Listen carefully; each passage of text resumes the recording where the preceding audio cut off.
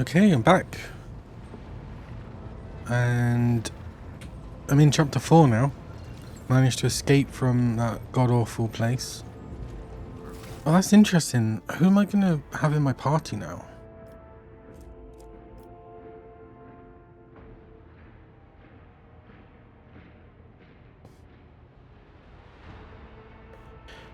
Obviously, the rogue trader.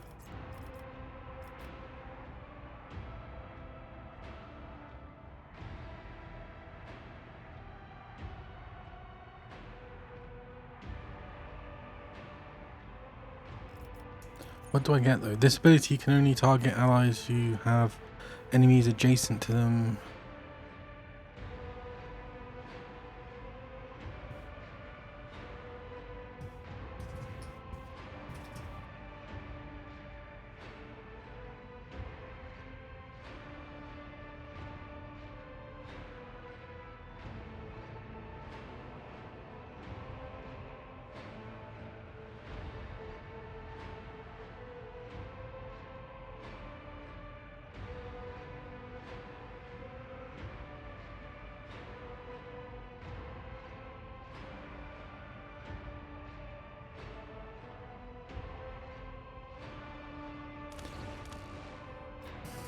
I think I'm gonna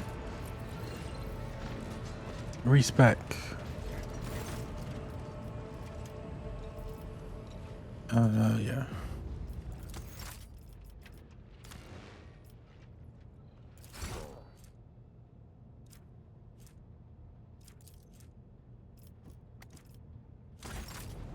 Do you have to do it?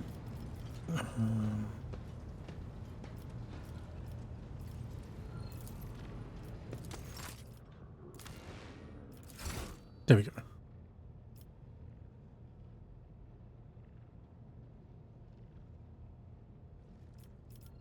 Let me...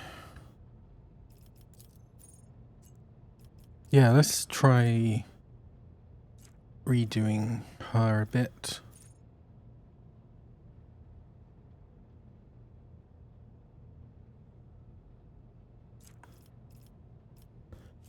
Yeah, so... Oh, this is going to take a while. Commerce. Bring it down. Finest hour. Focus. Whenever the officer uses an ability on an ally, they gain a bonus to their perfection or ballistic skill. Yep.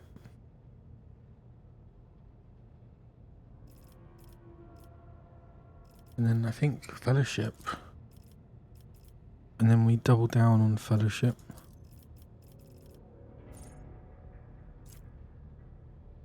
I need the one where it stays on, yeah. Half the bonus granted by voice of command remains until the end of combat. This bonus does not stack with itself or with bonuses granted by voice of command, but does count as an officer ability effect for the purposes of other talent effects.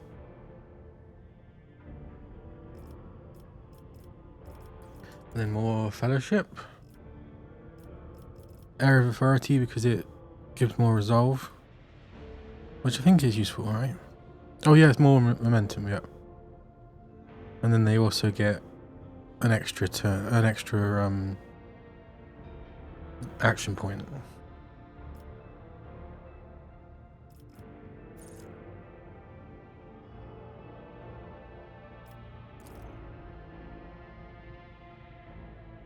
Effectively, the resolve is increased, yeah.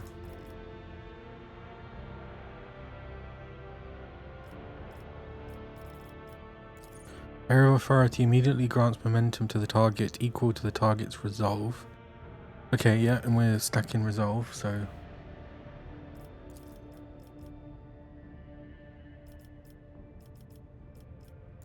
Extra turn, yeah, -1 AP.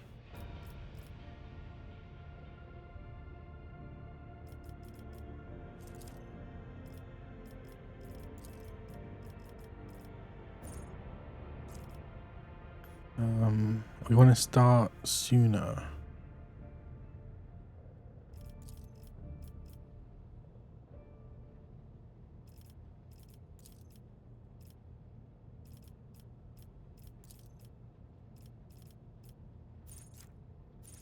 And then, where is it? This one. More AP. The range of voice command is increased. Oh, or is it agility? It will not die.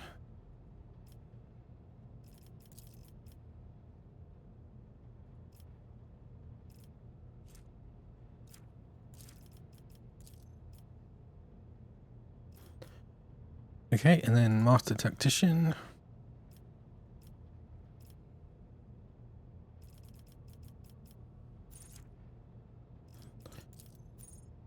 The target ally of the Master Tactician gains 1 resolve for every 5 stacks.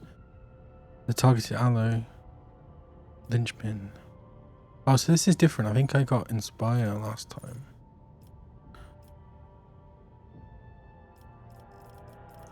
And then... There's going to be a lot of... Just, respecking and stuff at the moment. Because I wasn't doing too well at the end.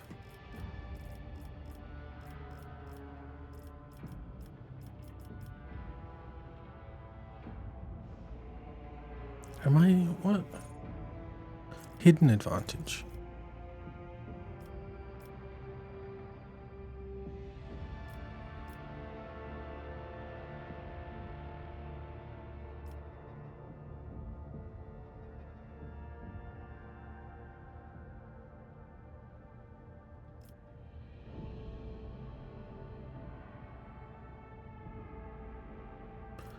Fellowship.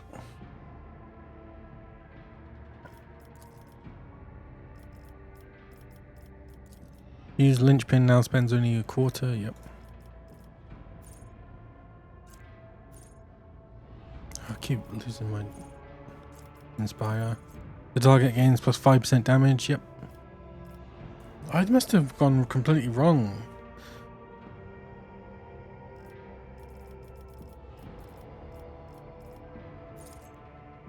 The targeted Inspire gains plus 5% additional damage for every 10 stacks of tactical advantage until the beginning of the Master Tactician's next turn.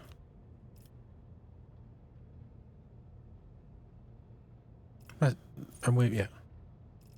And then commerce, agility, nimble. In the hero's footsteps. Whenever the Master Tactician ally uses a heroic act, gains 5 stellar fit. Whenever the ally uses a desperate measure, the Master gains 5 toughness. And then commerce, agility. No.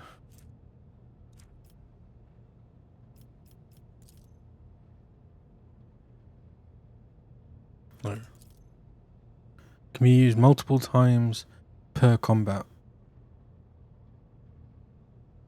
Once per turn.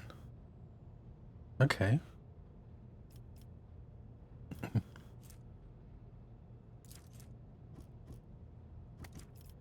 What does this do? Select a 3x3 zone. All allies, including the Master, that have line of sight to any enemies. They can single attacks against a random ally that can target with their weapons. Okay. Comfort in conformity. Stack of tactical nails can heal 1 wound. Persuasion. Willpower. You go on.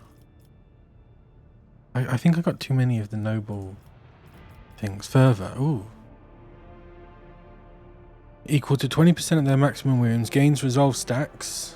And resets the cooldown of... Oh, okay. Oh, but they can only... Okay.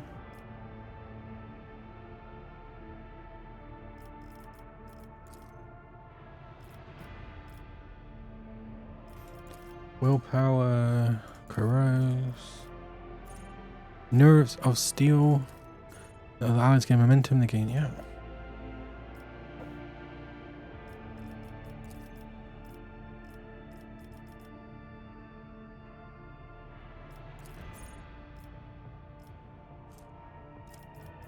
All allies with Master have a weapon capable of burst attacks. Use a burst attack instead of a single attack. The allies automatically dodge all friendly fire. Hello! Sorry, there's going to be a lot of respecking.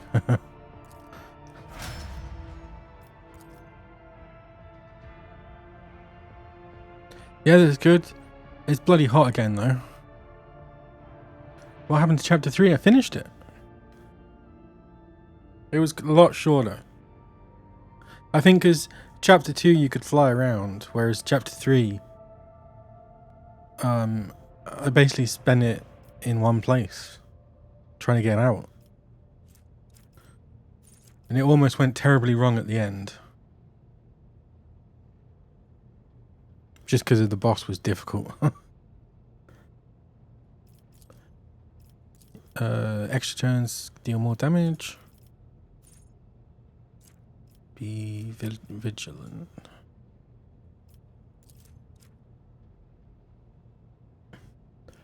Yeah, it was just Wednesday I wasn't on, really.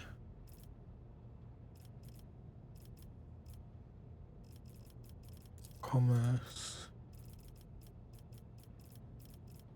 I'm just respecking because I think I messed up the main character. So I just had a look at some other things.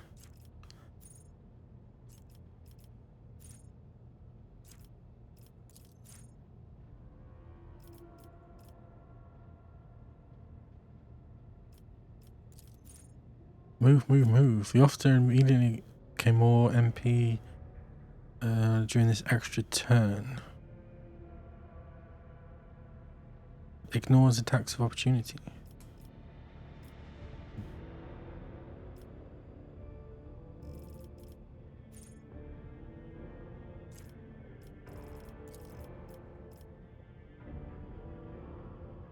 I think this is... Oh, I got 5. Jeez.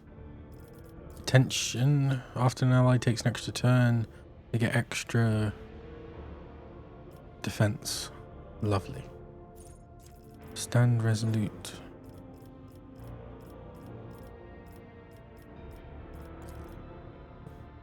More resolve. Oh, that's it.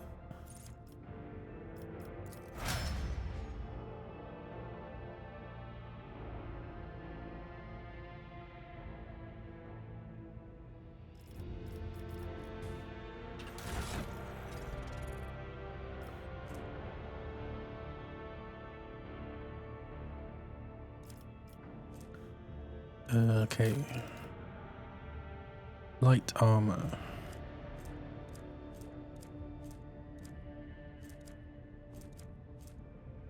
Death World Origin.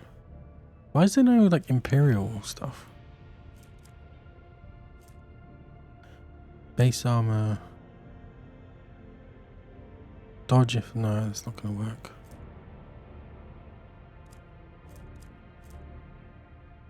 Plus 4% dodge.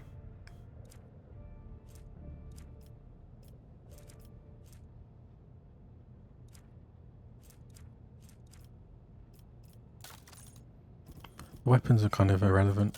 Oh, I've got so many items now. It becomes impossible to... I should get rid of some of them. If they wear it, no, I'm not an overseer. Toughness. Medicare.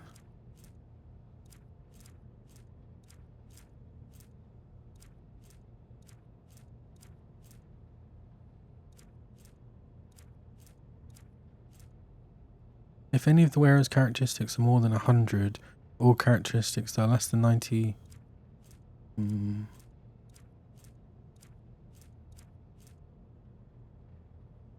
When the wearer kills an enemy, we finish the job. The wearer gains a 20% bonus. Persuasion. Oh, Law Imperium.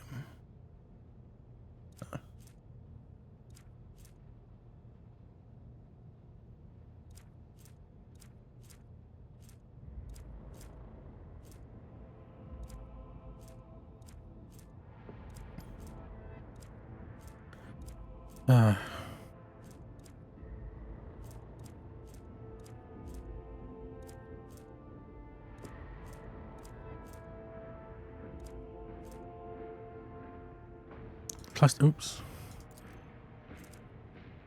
Plus 10% bonus to commerce and law. I bet 10% to all skills is. Dodge each time it's critical hit. When the wearer uses press the advantage. Combat. Oh, grants the wearer to plus 10%. Makes an attack during... Whenever an ally under the effect of the wearer's voice of command ability makes an attack during an extra turn, this attack deals an additional 27% damage. Grants the wearer plus 10 fellowship. Also grants...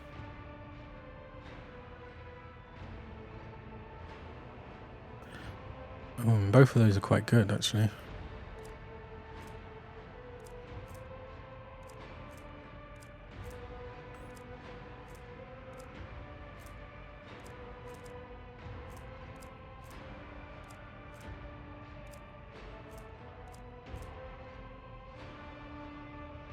The number of enemies hit.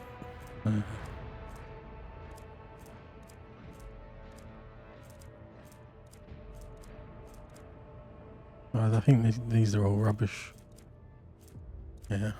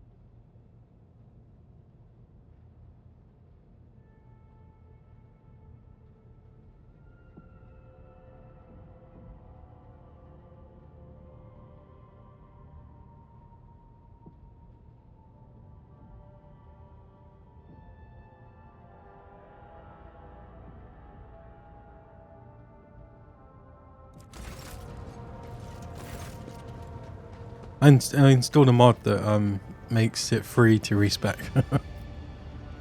That's just so annoying having increasingly expensive respecs.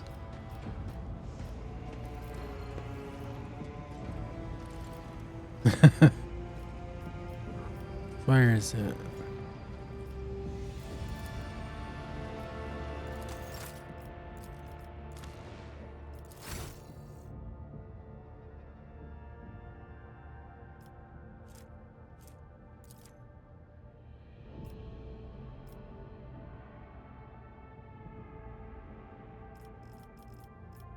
Rapid reload. Ballistic. Shots fired, grant them 1 agility, so max the agility. That's a bit different.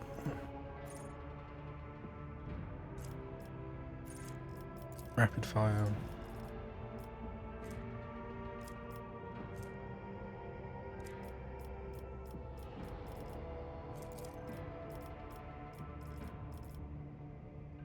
It's just these two I'm gonna do. Ballistic. Because Agenta's so good, and then half the time she's useless. She like does 0 to 1 damage.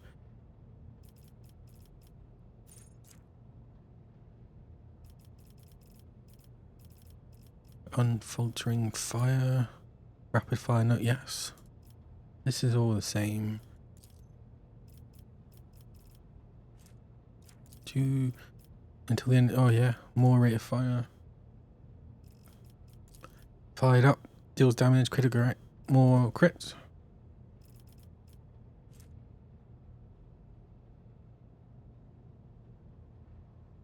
What? Agi.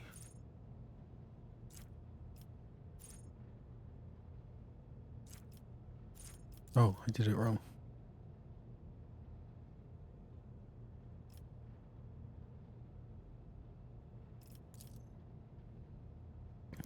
The next range area attack made by soldier deals plus 110.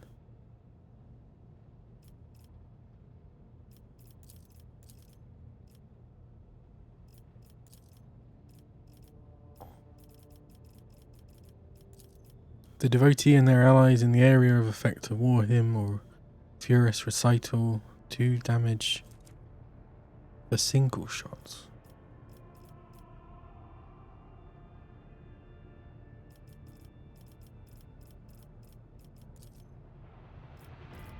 Yep, I think I was missing that. I think that was the problem.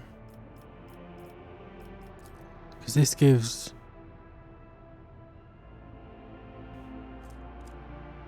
10% ballistic spear, yeah.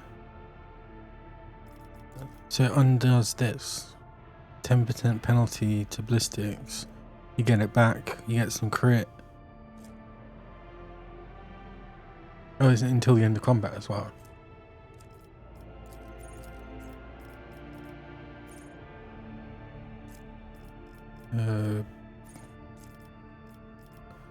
Bolt weapon.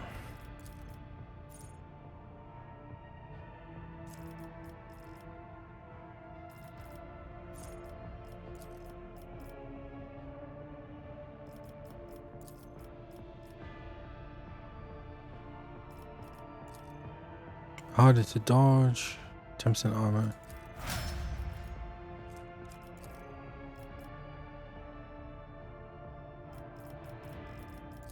The Archmagician, yeah, 9 MP, more versatility. Whenever the Archmagician uses an attack that is a different type from their previous attack, while attack single shot, melee, single target, or burst. Air range or ranged burst, okay. What was that?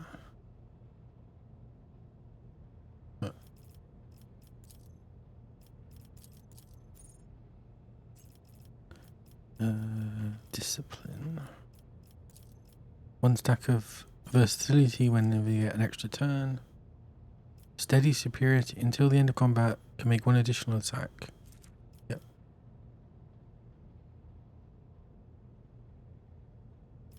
And then ballistic.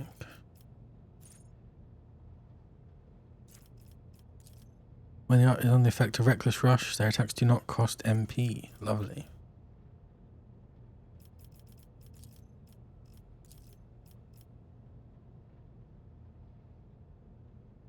Extra attack. No heresy.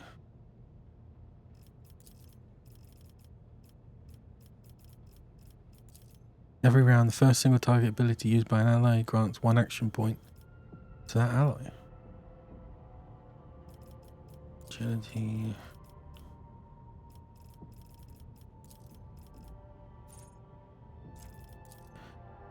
Two stacks.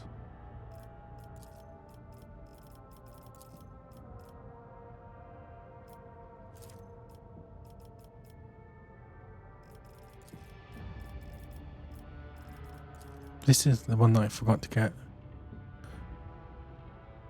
It gains, yeah, so more crit.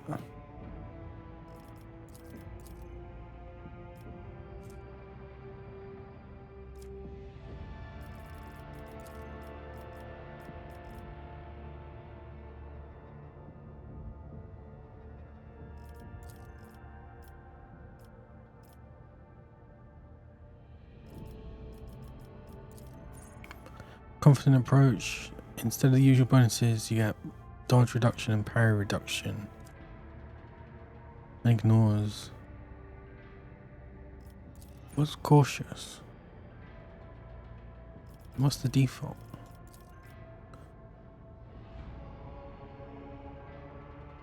A +3 weapon and ballistic skill.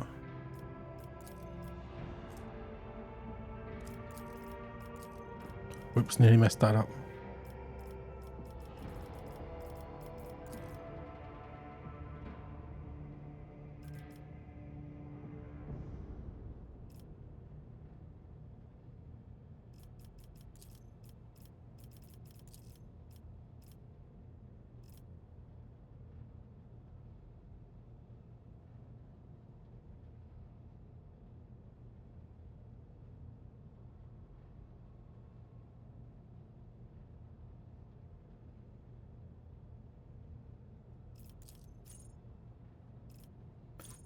Need that, it's important.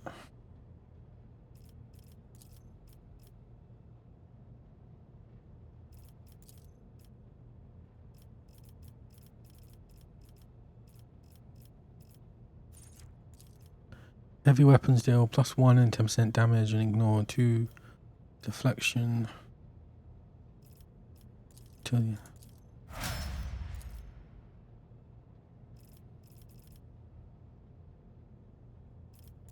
Any damage the character deals is increased by 1 for every attack they have made this combat.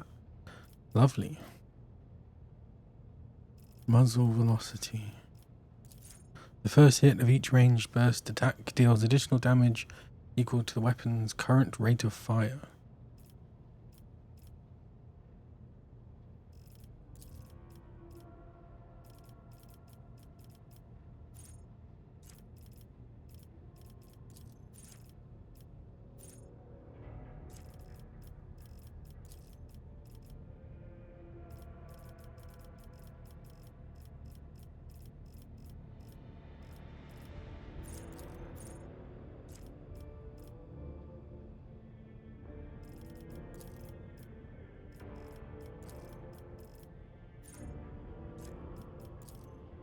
All damage dealt by the character is increased by 3%.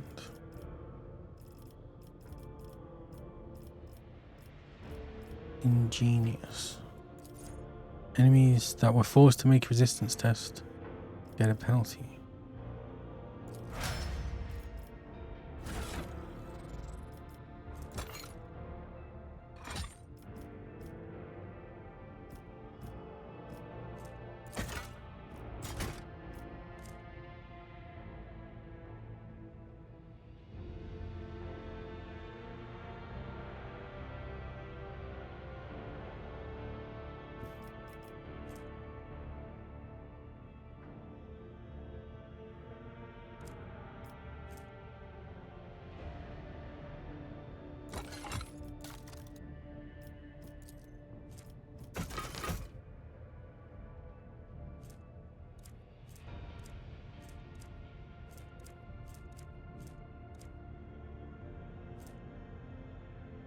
Base property plus int bonus. What is their int?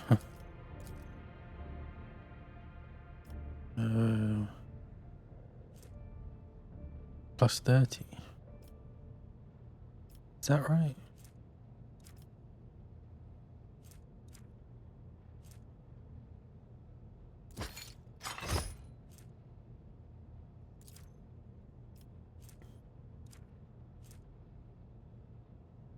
What's this got? Commissioner flak.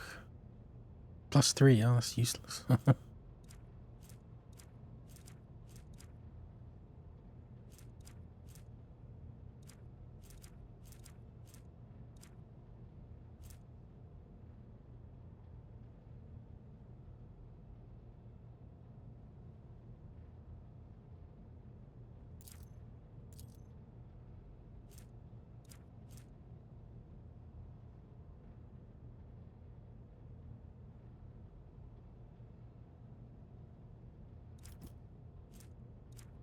I'll have to do.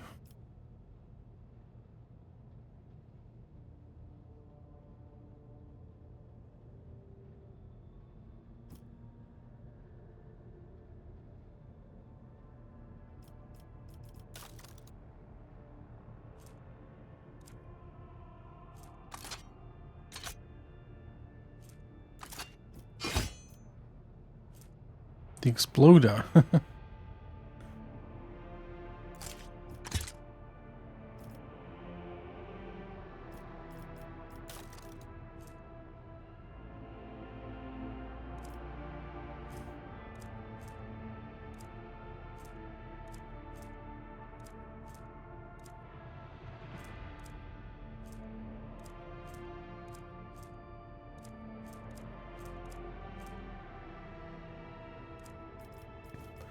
What does this do? +1 rate of fire or strike count.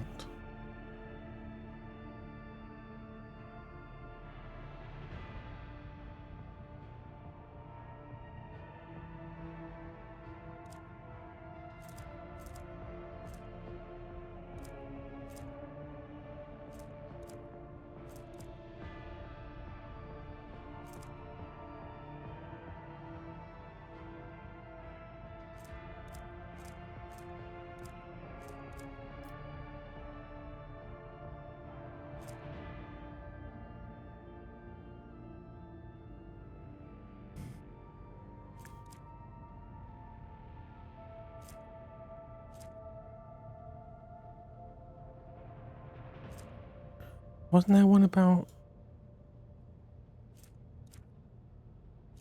like a casing or?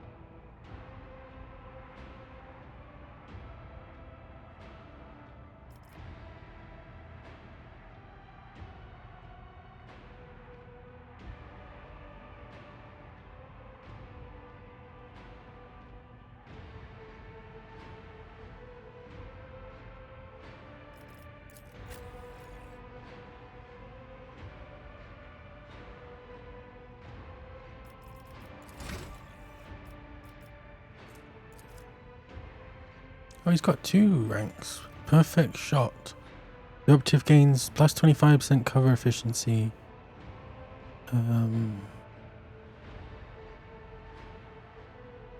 Oh right, that's the where if you don't move thing. Great. Logic. Whenever the character kills the first enemy in a round, that character immediately makes an additional attack against the closest enemy.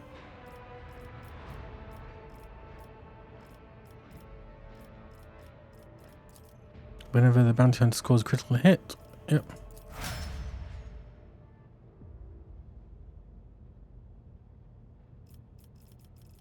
Oh, poor Cassia, it's been... Oh, she's never... Oh, jeez. 1, 2, 3, 4. It's been 5 whole levels without her. If an extra turn given by the talents grants MP, the target gains... Yeah.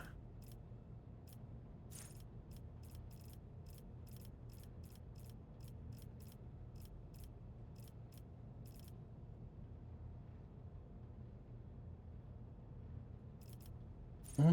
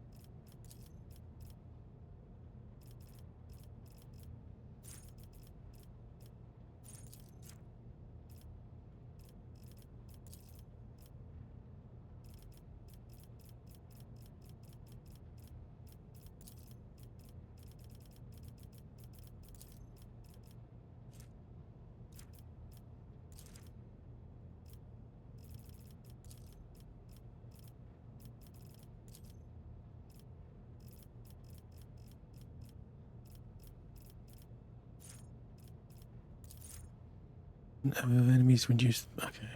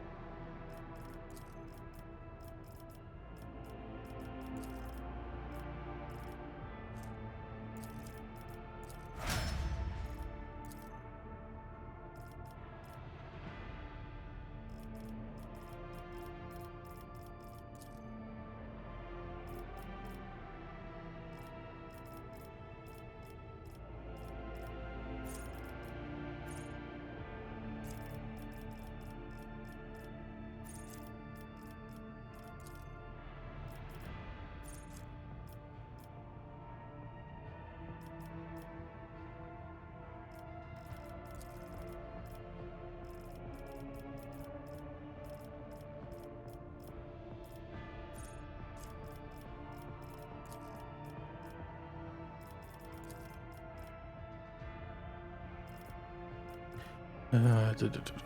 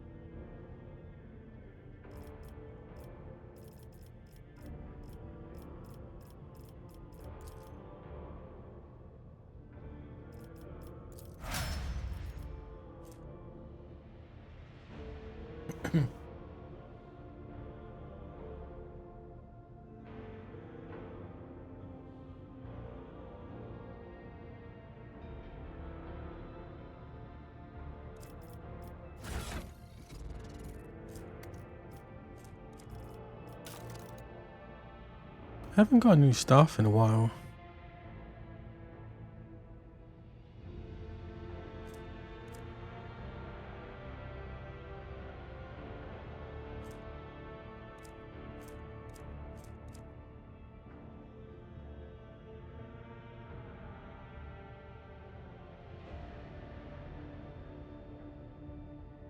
Okay, 1, 2, 3, 4, 5, 6, or 5, 6.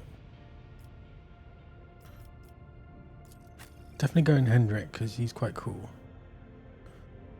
especially with the like fire stuff.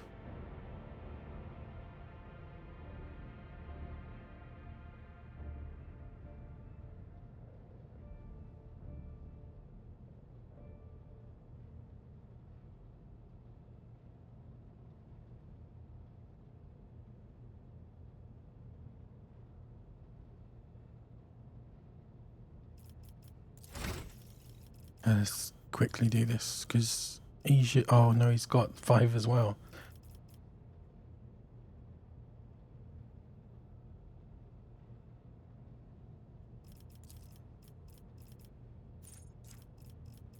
Okay, pyro, pyro, pyro. Relentless blaze. When the plica is burning, do I have to set myself on fire? Or warp. Blade of light. Force weapon attacks deal.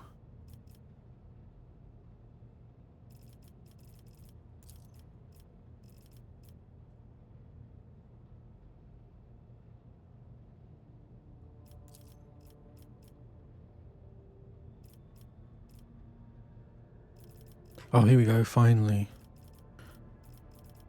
Inflame. Until the end of it, all burning effects will deal plus 16 more damage.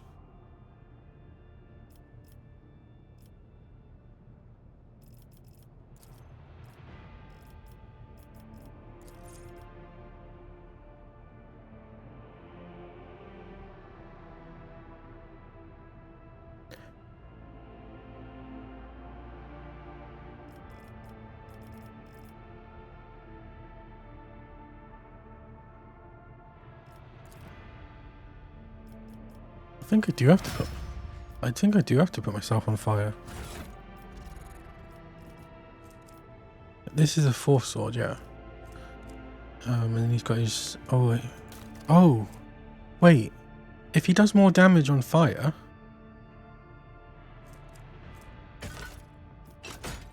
or just put him on fire.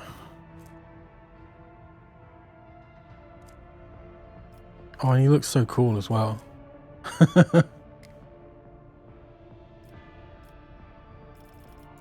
There was one item that I got where his first psychic power is increased by +3. There was one more. Where was it?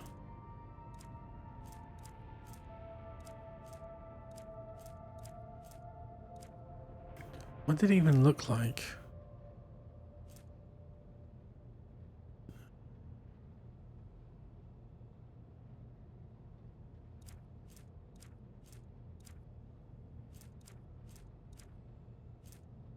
Oh, here. Was it this? 1 psi rating. I mean, does this look cool on him? Oh. He looks like an idiot, but...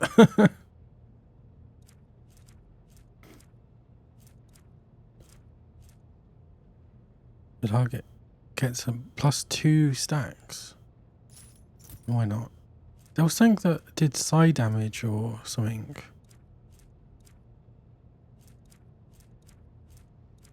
Oh, I remember getting it. After triggering a psychic phenomenon, increases the chance. No. Parry.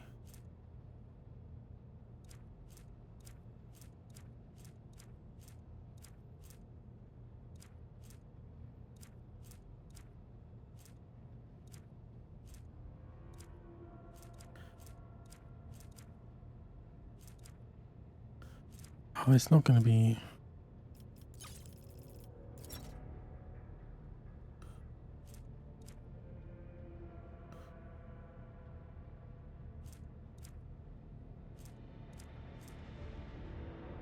Oh, was it this at the start of it? Where's Psi rating? No.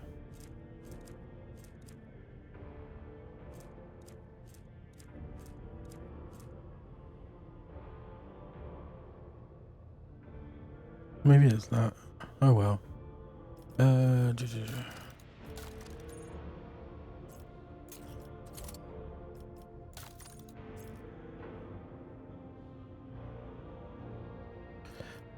then we go with her, who I think finally she'll be able to use 2 weapons. Tricky defense.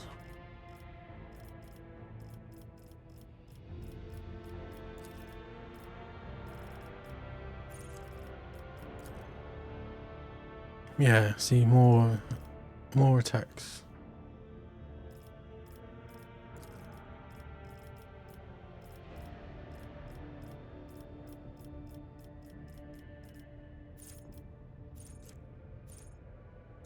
Unforgiving.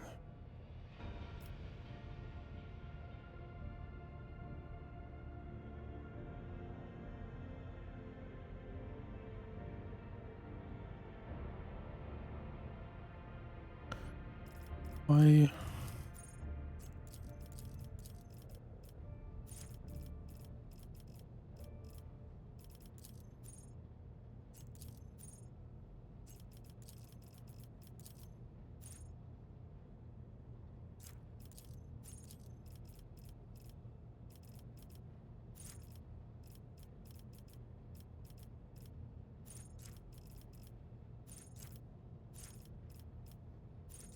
What?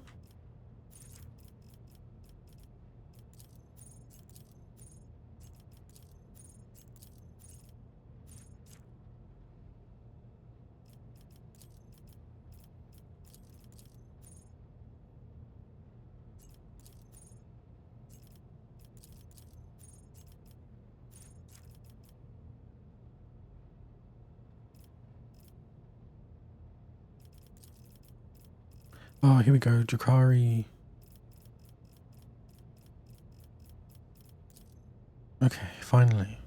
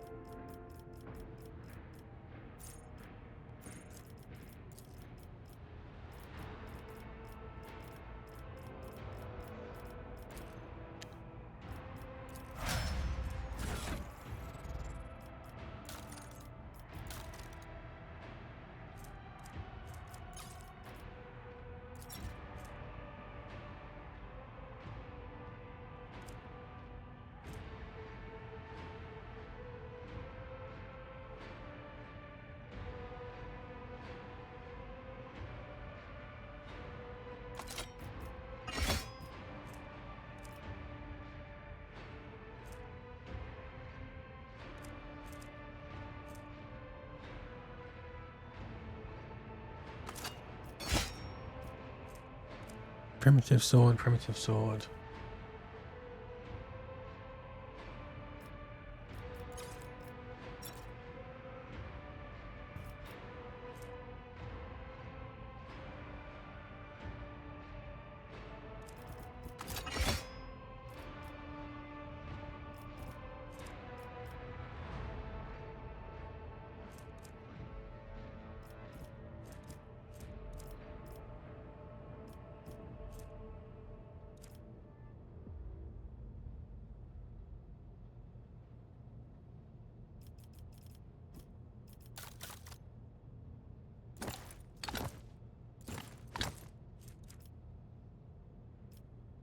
Okay, finally we are done.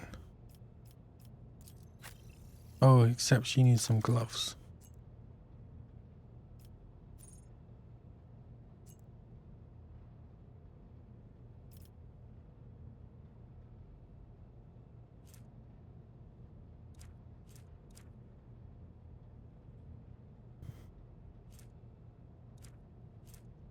I think there's one with ballistics. Parry melee attacks with a ranged weapon.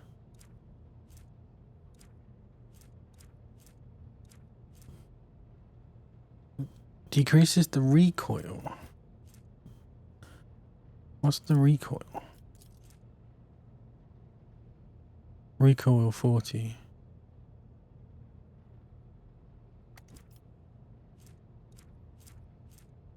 Increases the rate of fire.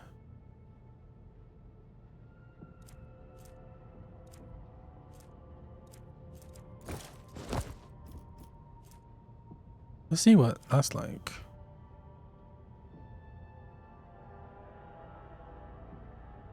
Okay, that has literally been an hour of respecking.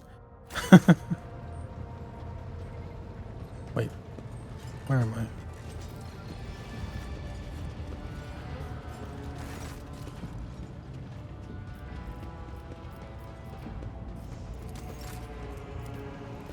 Okay, is there new stuff to buy? Oh, there's... Oh, whoa. Jesus. Oh, God, of course it's at the very bottom. God damn it. 12 and 18 damage. It does so little damage, but the fact that it does 12 shots.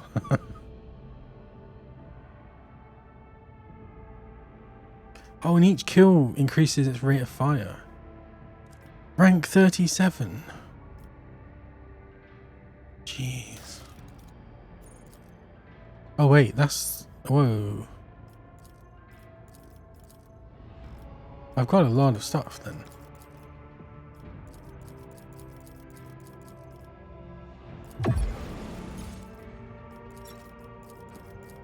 Oh, it's because of all these Xeno artifacts. What rank did I need? Oh, it's like 37. And what strength does it need? 75. Ooh, I don't know if I can actually use it. I can... I can't even buy it, can I? Carnage.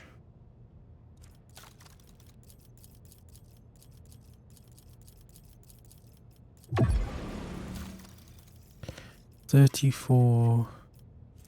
37.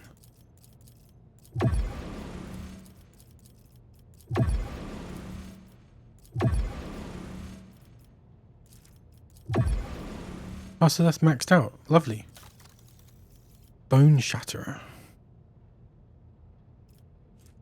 Carnage. Can I change? No.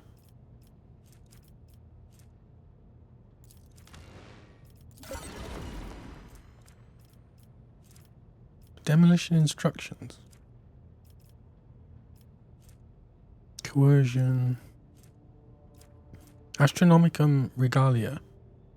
Whenever the guy becomes tired... Oh, that could be good for 76. I should do this next. 1000. Oh, that's not going to do anything, is it?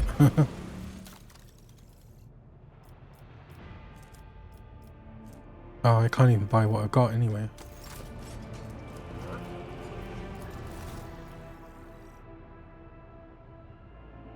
Reinforced Voidsman. Tyrant.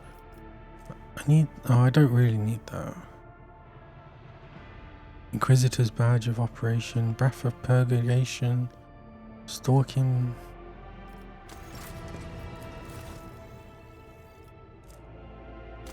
Which one? 5 or 6? Will to Live. Deadly Repeater.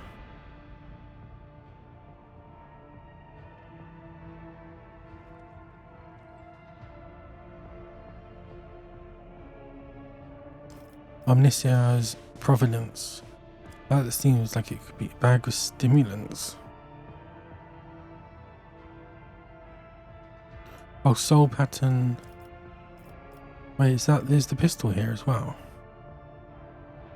Soul Shotgun. Heavy Plasma Gun. No.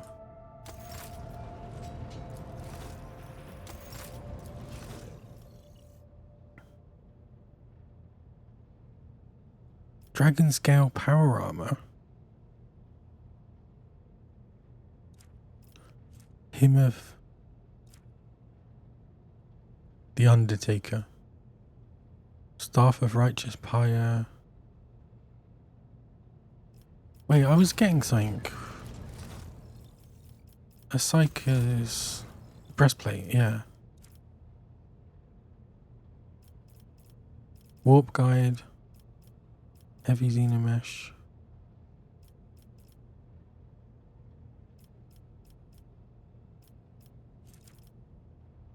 Tyrant.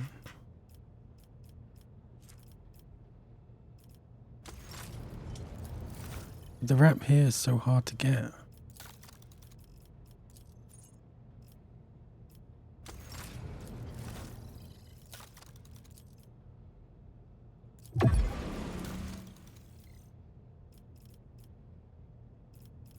Power axe. Heavy plasma gun. What did I get for him? Where is this axe? Carnage. Smells good. Damn it.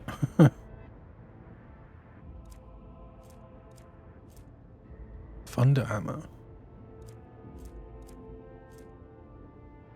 Oh, is this plasma gun better?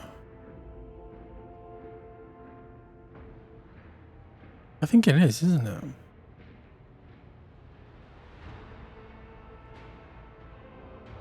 Yeah, it's just more damage.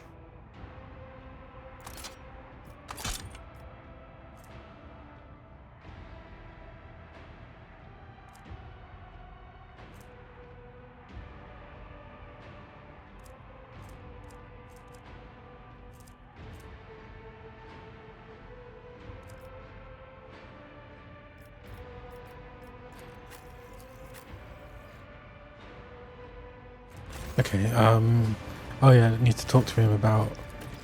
We have discovered a world that is home to a long-abandoned colony founded centuries ago by one of your predecessors.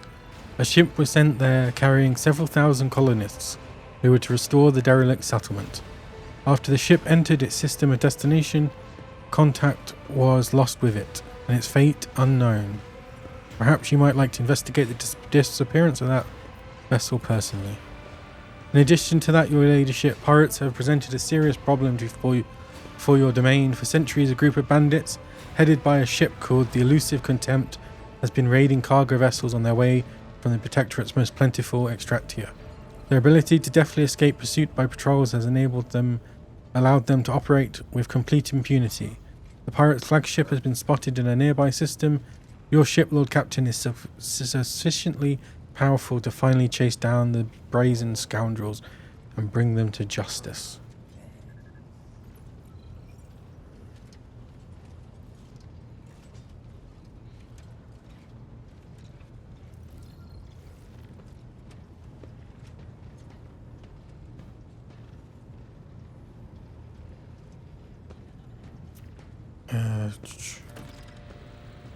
The Astropathic Choir has received a series of alarming messages concerning the Nama 4 system, where a dangerous space anomaly has supposedly manifested itself. Its nature is unknown, but the fabric of space within the system is reported to be curved and unstable. It is said that any ship entering the region disappears without trace. I believe we ought to be prudent and steer clear. Never. Is anything else? No.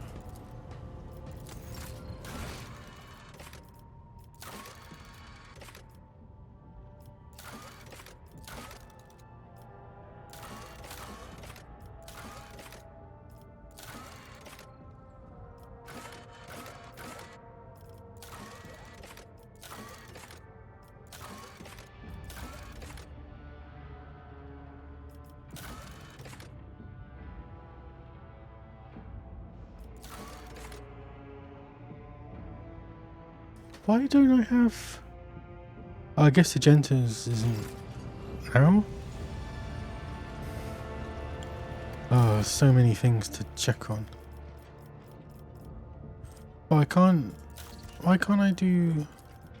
I was expecting to... Oh, here we go. Rank 3. Oh no. And I never could have done those, could I? Blocks Dark Sages. Do I need... profit factor. What's this? Churigan medikit. Chemicals.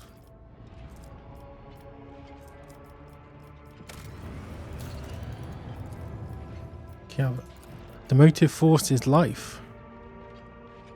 Profit factor. Instability detector. Efficiency. Oh, explorators. Version of the tech. Guards. Plus 10 tech. More security. Let's go with that.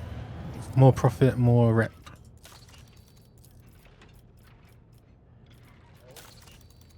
I guess that's all the planets then.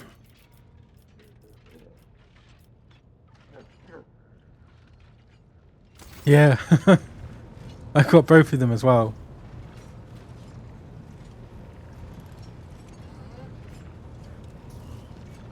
Though not sure, not quite sure if I might start Kingmaker and do a little bit and then come back to it probably. I don't know. There's what's that game? There's a new game, like a stealth where is it? It's like Evan Horn or Harris. Oh, well, where's my wish list? How do you get to wish list?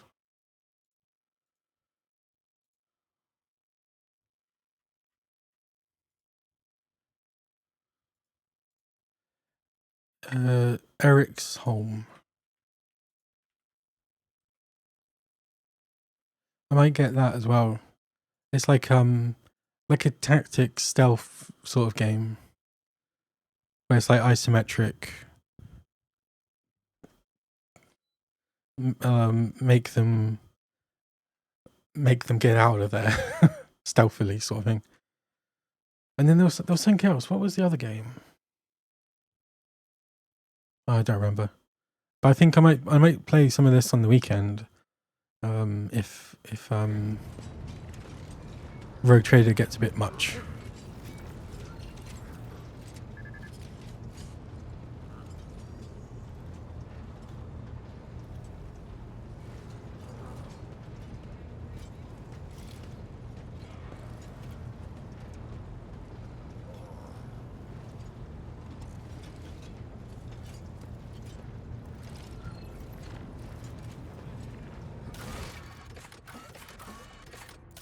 A new ruler. Oh, I can't do that.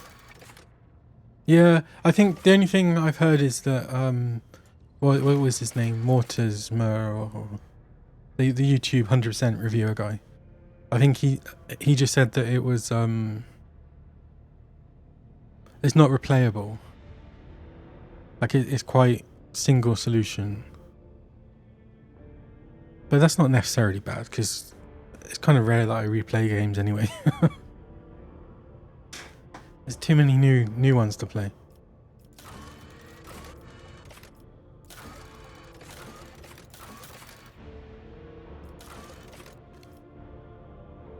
What do I do then?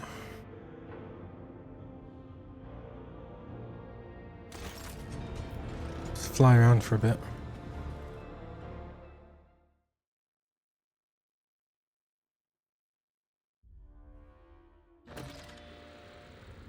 Conqueror? What's...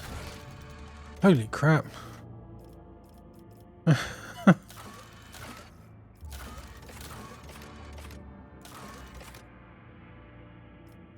I just get these? Oh.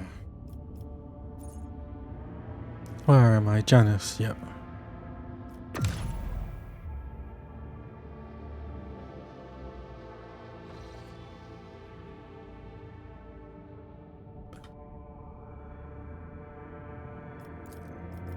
That was not explored. I think I missed this world. And it has one thing I need. Lord Captain, there is an emergency at the officer's deck. Numerous victims, loss of communication. The Xenos you took on board at Janus, he has gone mad and went... What? The Farseer? Whoops. I have two fairly reliable witness accounts. According to the one, the Xenos suddenly assaulted the crew members, gutting them seemingly at random. The other claims that there are survivors who... Oh no, he's talking about the Dracori guy. Such are the consequences of ill-considered actions born out of lack of faith in the God Emperor's laws. I am ready to stop the accursed Xeno's rampage personally and repay every life he has taken. Why am I not surprised? Henrik's voice is oozing with poison. Rogue trader, we cannot bring back your subjects, but I will gladly aid you in disposing of the rabid creature before it mauls even more people. Lantak, I know what the reason behind Marazai's madness is. Please, I must accompany you to the compartment. I will help you deal with the Dark One. Vent the officer's deck. I've already lost one companion.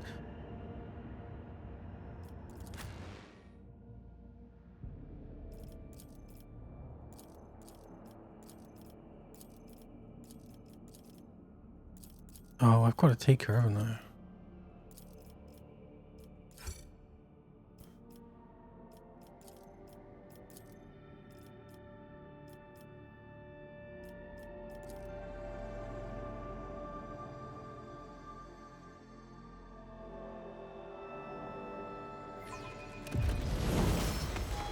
Meet with the survivors on the officer's deck.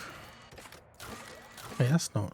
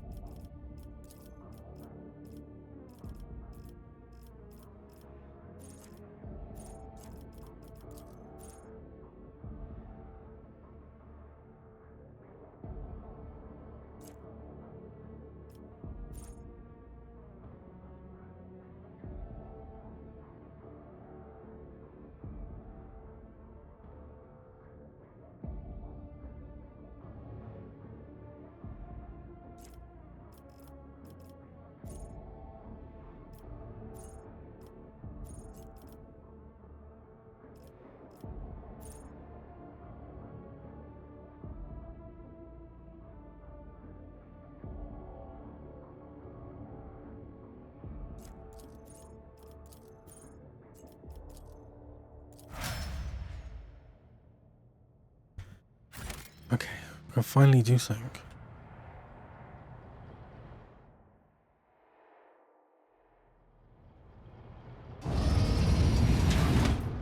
What the hell? I always keep my options open. There's void stuff. The body... Somebody open the door. Open the door before he gets me. What?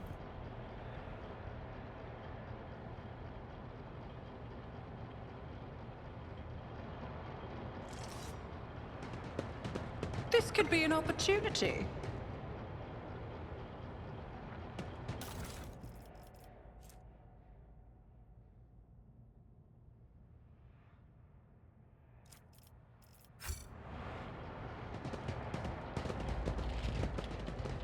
Deck Enforcer. Is there money to be made? What the hell? Lord Captain, God Emperor be with you, and with all of us too. The Enforcers can barely suppress the tremors running throughout his body. Only you can deal with this spawn. Permission to report, your ladyship. It started a few watches after the translation. Well, actually, they say this associate of yours had been acting strangely even before that. It's as if he started hearing things. He was swiveling back and forth, barking something in his Xeno tongue. Then he grabbed his blade and sliced his hand open. His own hand. Then he suddenly howled and lunged at the people nearby.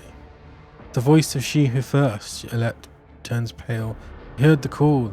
Any of our kind who find themselves beyond the veil become tempting prey for Shaylan flesh, and your technology that protects the ship from her baleful influence cannot drown out the sound of her maddening voice. Can you see her?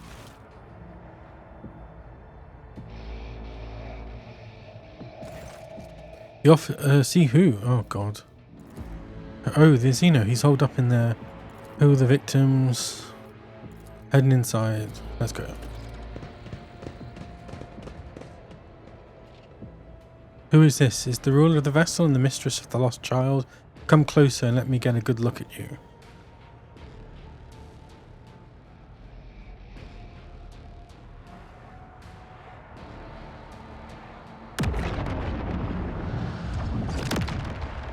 What the Keep hell? your wits about you. I can hear the beating of his heart, the roaring blood in his veins, the pulsating fear in his black soul. Well, this is going well. Fortune smiles on us. An ill omen.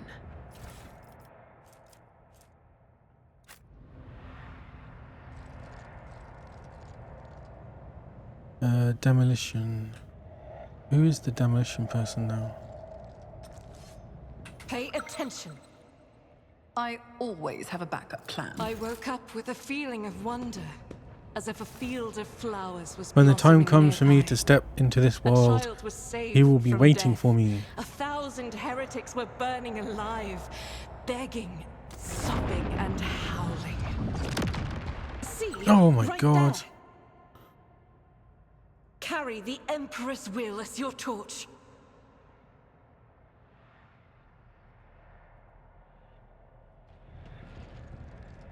Oh, this is just nasty. Nothing escapes my Oh, sight. Jesus. Who the hell designed this? Cast your eye there. Never doubt me.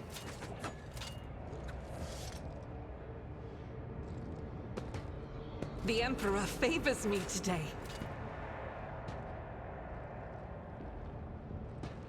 I better myself through my service. Duty prevails. Never doubt me. I better myself through my service. Rise to the top, or get What's in left here? in the dust. I see what Oh, others do god not. damn it. At least get an XP. The Emperor favors me today. I've come because the prince wills it. The souls of all his progenitors belong to him at once. None will escape his embrace. The shadows reveal their secrets.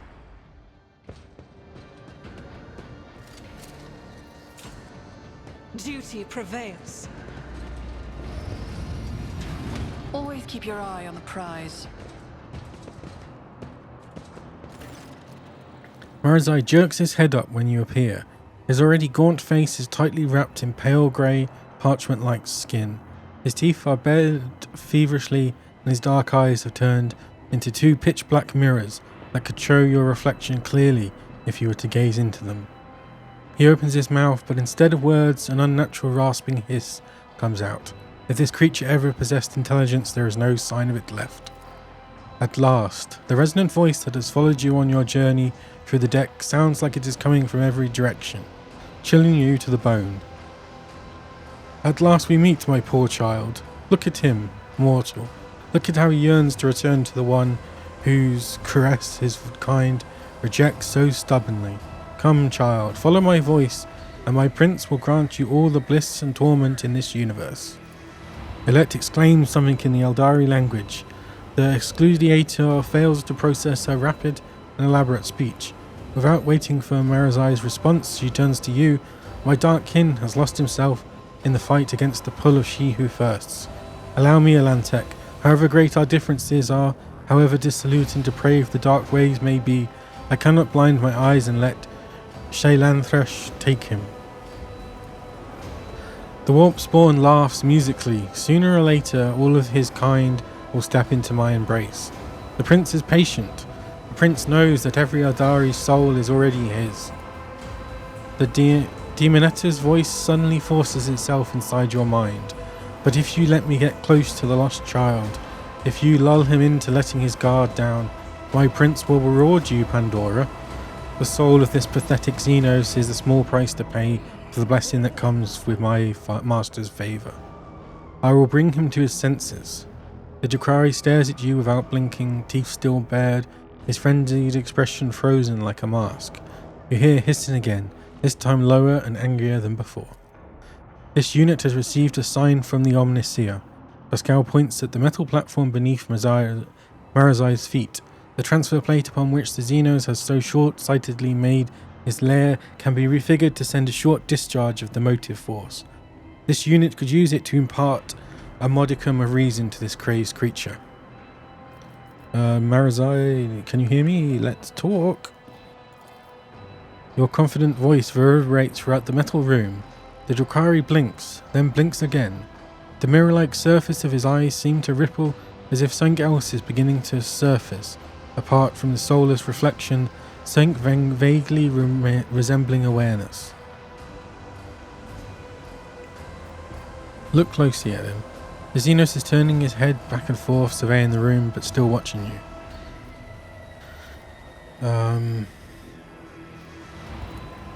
Too quickly, but not from his eye. Then another, you'll hear reflections and inflections, but a little less, almost calming.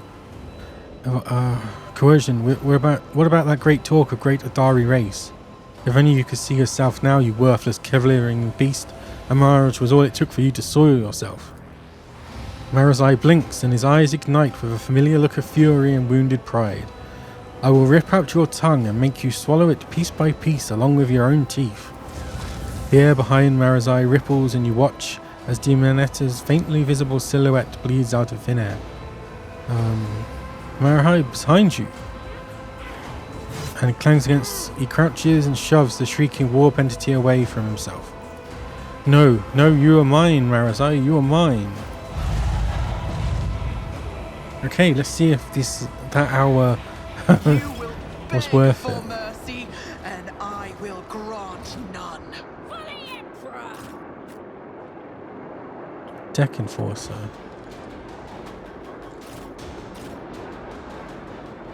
You can go there, go there, go there. Oh, I forgot I've got her.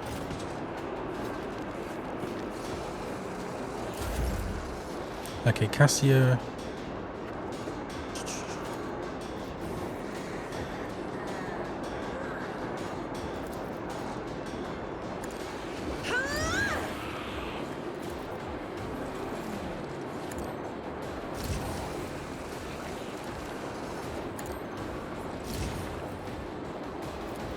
Isn't this a job for the serfs?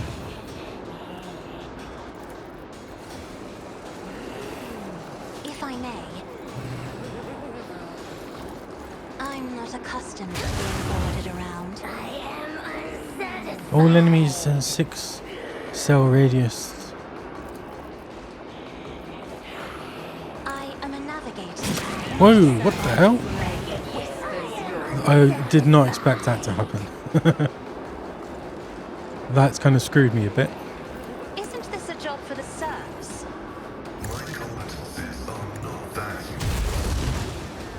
It would have, but this guy is the beast. Oh no. Oh, I guess it's because he's not,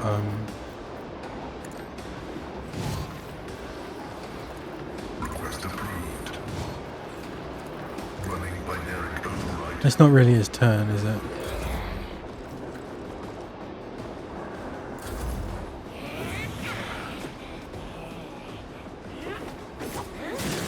I am not a vessel for pain. I am its master. This seems easier.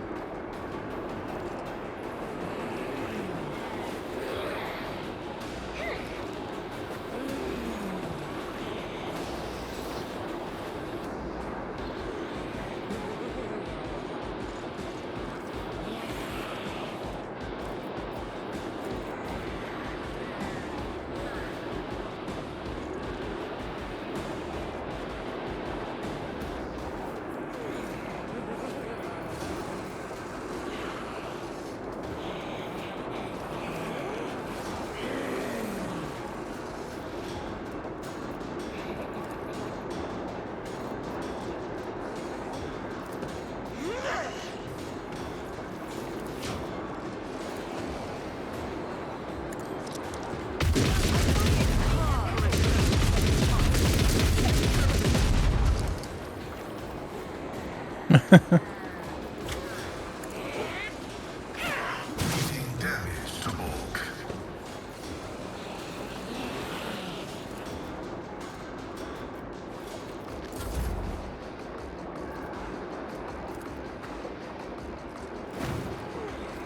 What the hell?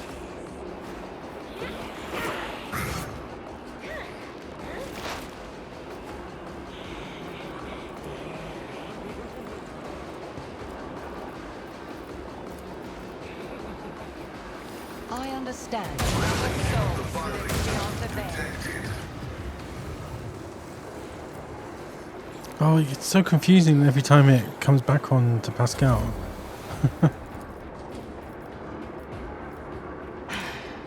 If I'm honest,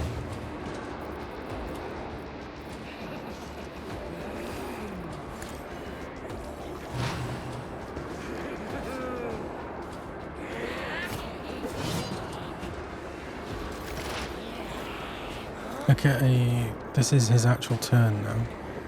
Should I?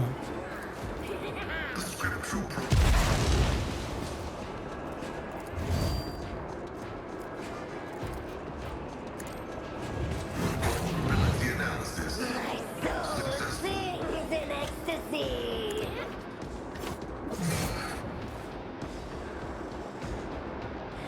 a mere pain won't stop me. I'll make it happen. It's as good as done.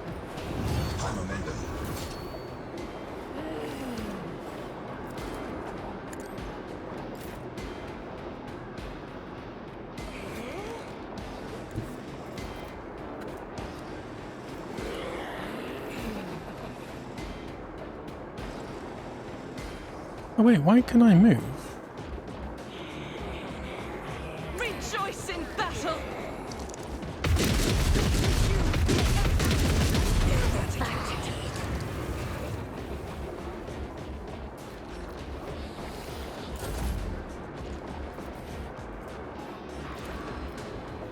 On it.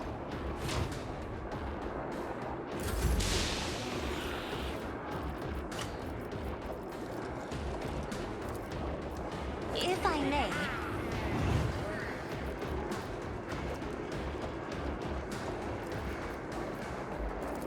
I'm not accustomed to die with grace, at least. Isn't this a job for the serfs? Do not dare ask. Oh, I messed that up. In the name of House Orselio, I shall prevail. Doubt is for the weak.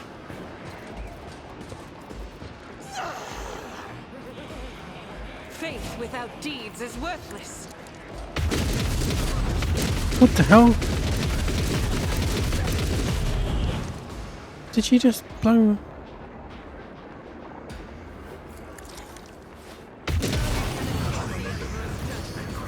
Okay. Well, I'm doing a lot more damage than I was before. They are gone, Pandora. Gone, but still lurking at the threshold, keeping watch. I can hear their whispers. How do monkey bear them for days and days on end? You will learn these whispers every time the void vessel travels beyond the veil. Learn to accept this. Find an anchor for such times, or lose yourself. This entire time that you've been here. Yes, Dark One, this entire time. With each new passage, I bolstered my spirit further, and my mediation became a stronger barrier against the tendrils of she who thirsts. I endured it, so will you if you value your soul. The Drakari lowers his head in thought. Then he gives Ilette a sidelong glance. I should have understood, from what you told me. Razai stops himself. Well, no matter. Oh, I could kill him.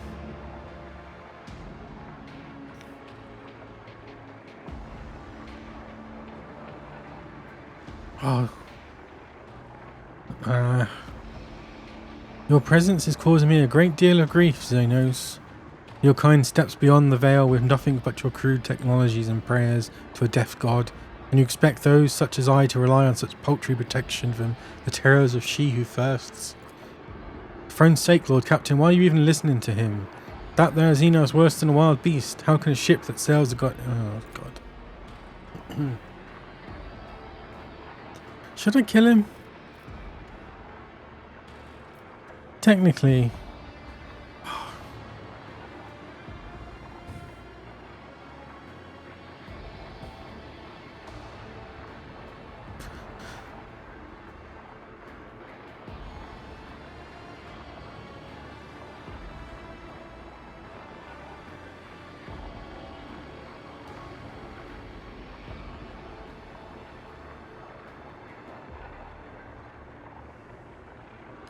I'm going to do it. And make everyone happy. Marazai does not react in time. Warp madness must have affected him more than he is letting on. He lets out a short rasp and falls to the floor. His death throes only last a moment, and then the Xeno is no more. He was responsible for the chapter 3, so... Olette flinches and looks away. She tries to say something, but instead just closes her eyes and shakes her head ruefully.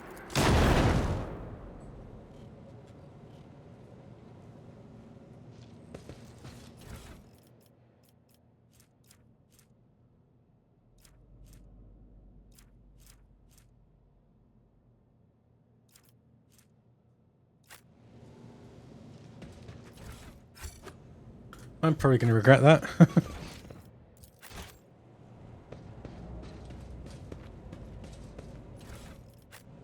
Oh, I didn't look at what it was.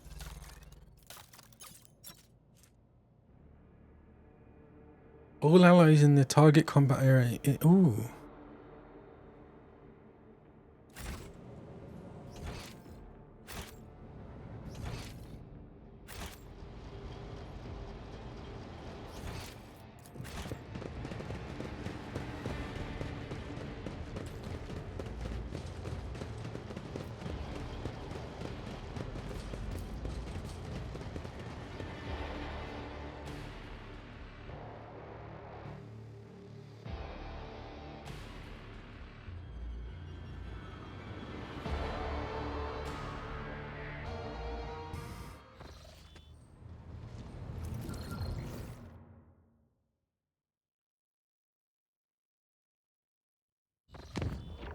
Where was I going? Not explored.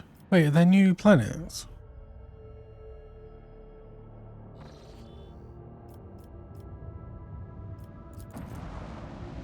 That's Fellstone.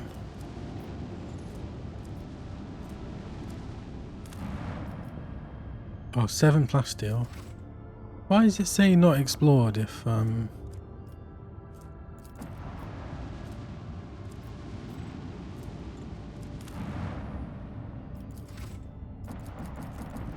That's weird.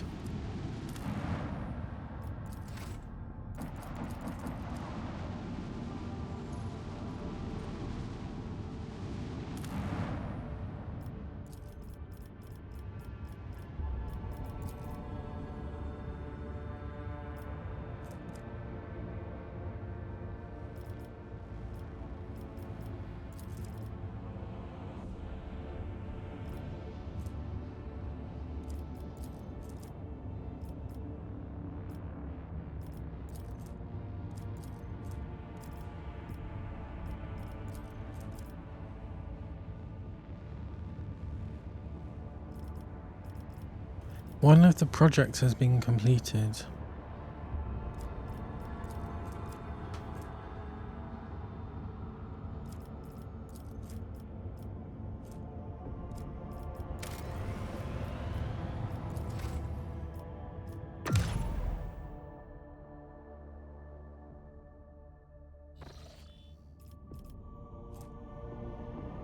Magnetic Storm, Xenotech, Ocean World. Your Ladyship, judging from his tone, Danrock is practically bursting with hidden enthusiasm. I humbly apologize for distracting you from matters of the Protectorate, but I simply must beg for a moment of your time. After all, this concerns the illustrious Mistress Kibelia. Doubtless it has not escaped your powers of insight that she has been rather not herself lately. Truly, Mistress Kibelia's soul is in a tenebrous place, but even I noticed the change in her bearing. When I finally had a spare moment to think on what could be done to address that, it dawned on me another social occasion. I dare say the first went rather well, did it not? Well, I ended up in her bed, so... Well, she ended up in my bed, so I think. Yeah. She's gonna hate it, but it'll be fun. Marvellous. I already have some ideas in mind. This time a more private engagement on Dargonus, with a view from the spire. I shall begin the preparations as soon as we arrive on the capital world. When you're ready, just find me at the palace and this most pleasant evening can commence. Oh, she's gonna love a party.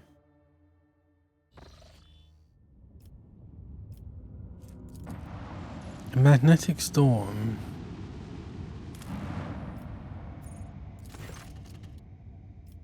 Oh, I still need an upgrade. Artificial object.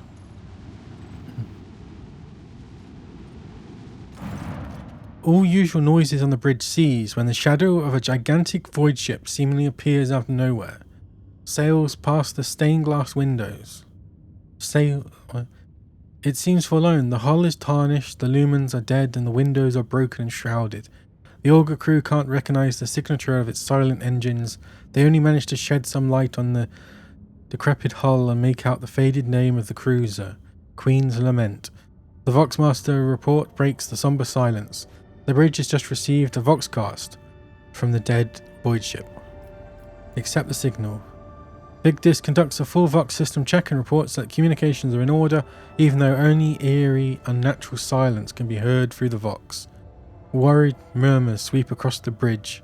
The officers are certain that this is the void ship of the old ghost stories. The Queen's Lament has appeared countless times in all corners of the Imperium. Like a ghost, it manifests out of nowhere, just as mysteriously vanishes. And just as mysteriously vanished into the darkness of space, taking with it those who dared to board. Law Imperium test failed. Send scouts. The shuttle carrying this out, unpowered. The nervous voice of the operator. Logic. Law warp. The scouts begin to argue. The unintelligible quarrying abruptly stops, and after a few minutes, the operator anxiously gives his report. As soon as the squad splits up, the ones who decided to stay with their loved ones were swallowed by the darkness of the empty deck and vanished. Half an hour later, the Vox comes to life once again. The operator flatly reports that the scouting party has reached the bridge. The cogitators are broken, so extracting any data from them seems impossible. The scouts have found a strange object in the captain's chair. They can't describe it, only saying that this shouldn't be there. In his usual flat voice, devoid of emotion, the operator completes his report. The way to the bridge took 16 hours and 41 minutes. The soldier is exhausted and would like to rest some time. Confused, Victus notes that only half an hour has passed outside the Queen's Lament. God. Retrieve the object. Unholy relics. Plus bonus to coercion. Plasticine. Is this? Oh, that's only 2. Let's get rid of that.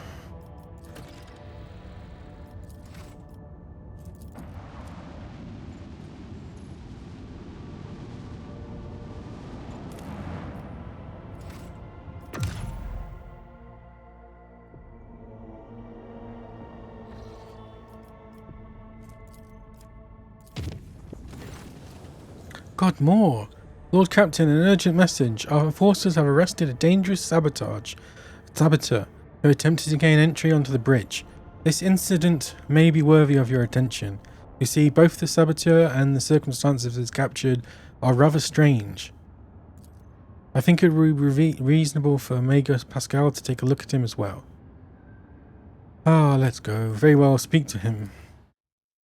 This is why Chapter 2 took so bloody long. Distraction after distraction.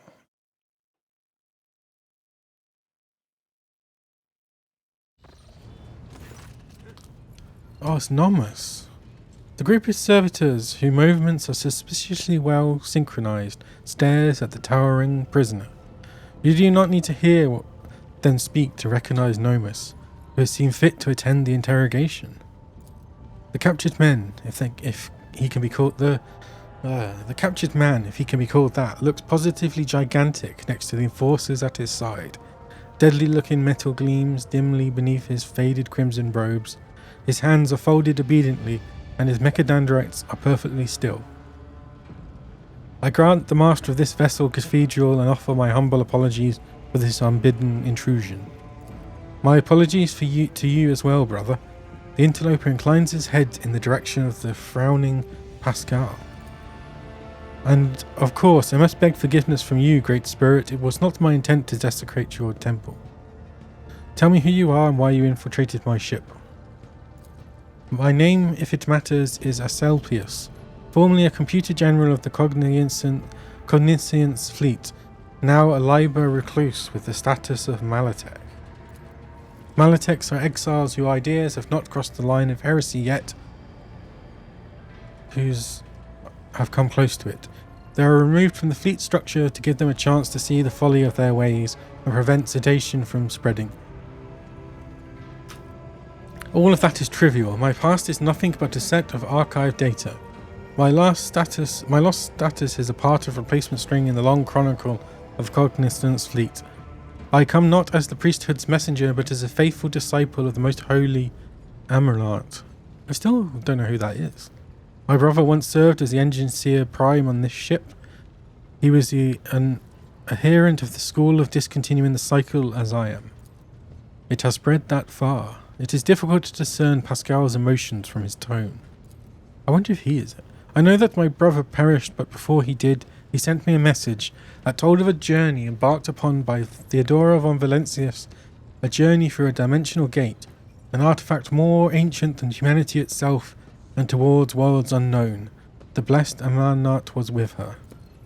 There upon those dark worlds he witnessed a great miracle, the birth of a machine spirit of incalculable might.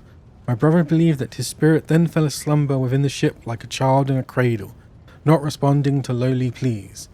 That was the purpose of my pilgrimage, to reach the ship where my brother died, the ship upon which deck the blessed Amarnat had walked, and prostrate myself before the Great Spirit. He travelled on this ship? Yes, he did. My brother's words on this were clear. Years ago, Amarnat was part of rogue trader Theodora's inner circle, before their ways parted. Tell me more about this journey. My knowledge of it is scarce. My brother suspected that his memory, along with the memory of all who might have known the details, had been purposely modified. He saw it as a sign that the journey had revealed a great truth, and there were those who did not wish to see the truth brought to light. All that he conveyed to me was that Theodora had reached worlds unlike any the people of the Cronus Expanse had ever seen. There she unearthed a great treasure of technology, one that Amarnat had the privilege of experiencing. What do you know about this great spirit? It is a great miracle. Domnicia's breath meant to help us discontinue the cycle. It was born of the treasure that Amarnat and Theodora discovered upon the dark worlds. Yet even a being so glorious needs attendants and guides. And as long as the Cognizant fleet is racked by schism and brothers and sisters suffer defeats without end, there is no one to aid the spirit. That is why I came here.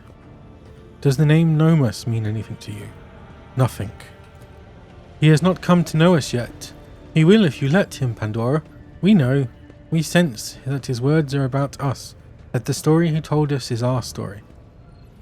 You are strong, but you let yourself be caught. I took a vow that I would never inflict physical harm upon lay people. The omniscient Sire grants us the power of the true flesh for a purpose.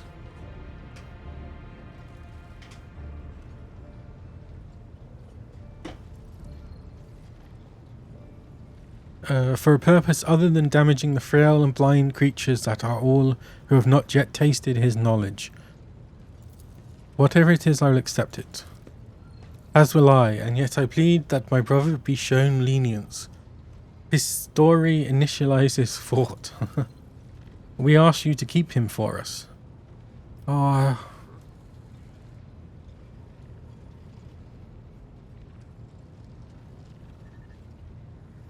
that one seems like it. Yeah. I could not ask for more. All I wish is to remain in these halls and observe in reverence the great spirit's deeds. Let the cycle be discontinued. Nomus's servitors turn their heads to you and nod all at once in what can be interpreted as an expression of gratitude. Oh. I am going to take a quick detour. Because I just remembered that there's someone in my chambers. What the hell is that? Oh, it's my bloody statue, isn't it? This is intriguing. Celestial Eye. Heretical. Lovely. Would you care for a cup of freshly brewed recaf, my celestial lady? There is a vacant... Oh, jeez. How do you find life on the flagship? Sometimes I stop and stand by a window, and it's like I'm flying through the starry skies myself. Dance if you want to. You're not feeling lonely here, are you?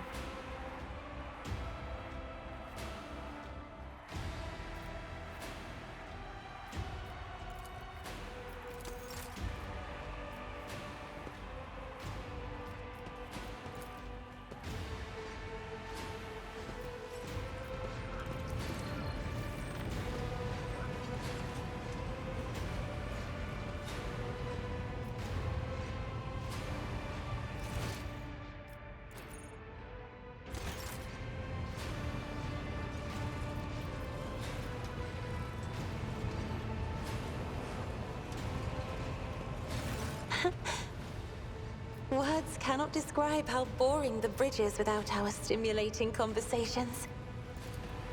Reading Xenos's colors has always been a grueling challenge for me. The boundless palette of colors Iliad emanates is too painful to look at. Her hues are bright, blinding, unnatural, and very, very dangerous, Lord Captain. I would never entrust my safety to a being that screams so loudly and clearly of its alienness to human perception.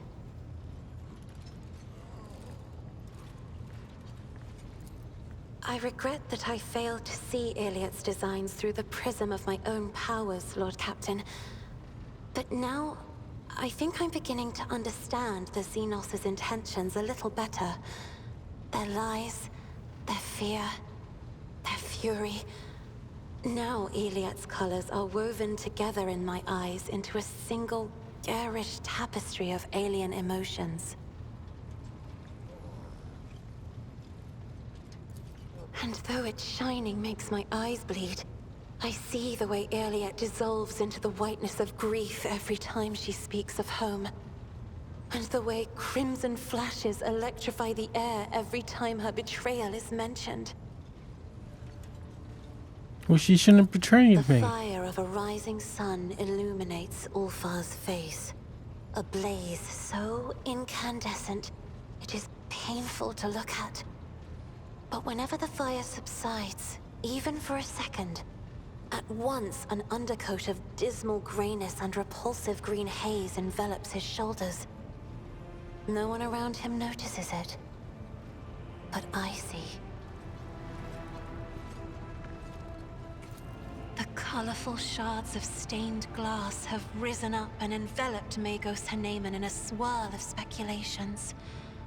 The silvery glint of metal no longer conceals his anxiety, nor does his scarlet robe conceal his doubts.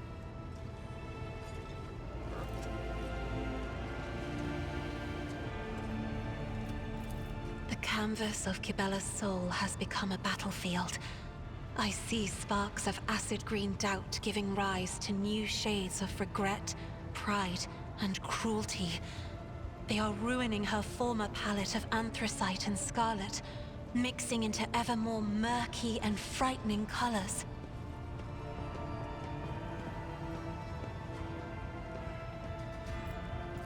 I have enjoyed...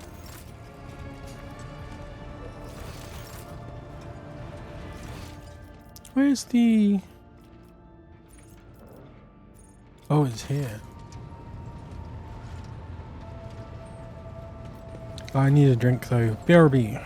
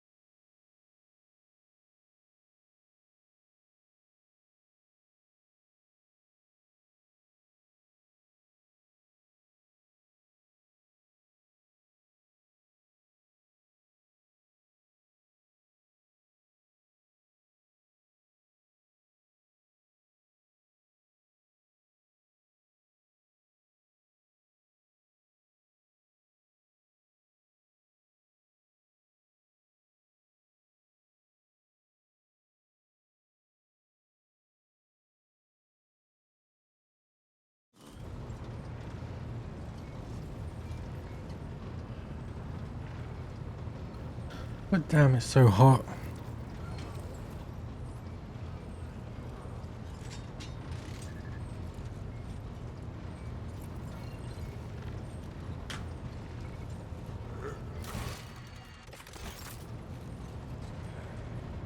Who am I speaking to? Talk to Nominus, yeah. Hello, Nomus. Welcome to your visit. What have you been doing, Nomus? We have been studying and observing, and helping the ship when we can. So many mechanisms they would have suffered without our input.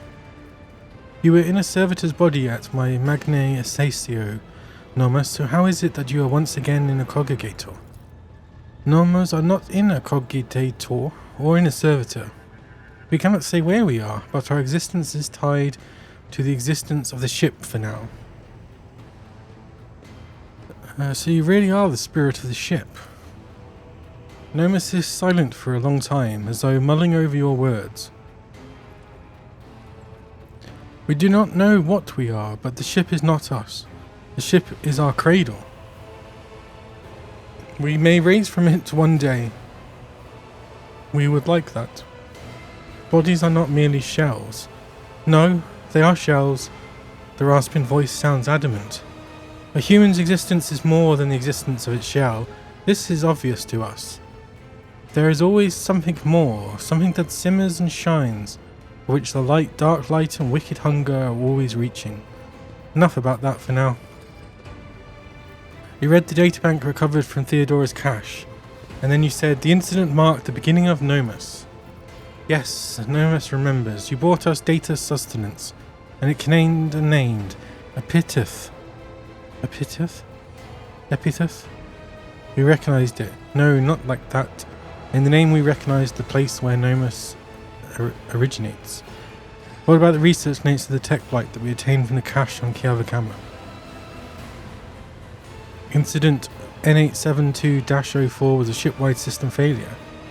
Marked the beginning of us, people who comprehend and strangely unaware. I must take my leave.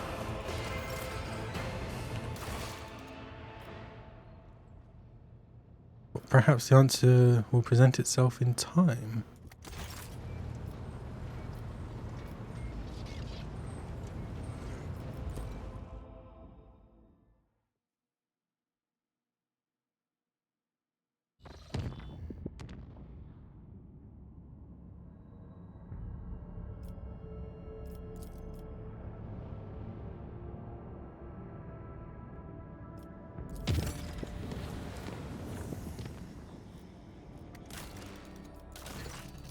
Troubling news has arrived from Janus, your ladyship. While digging an irrigation ditch, workers found a Xeno obelisk made of unknown material. It was delivered to a laboratorium and subjected to a number of tests, one of which caused a reaction. The obelisk generated a low-frequency vibration, and the events that followed were catastrophic.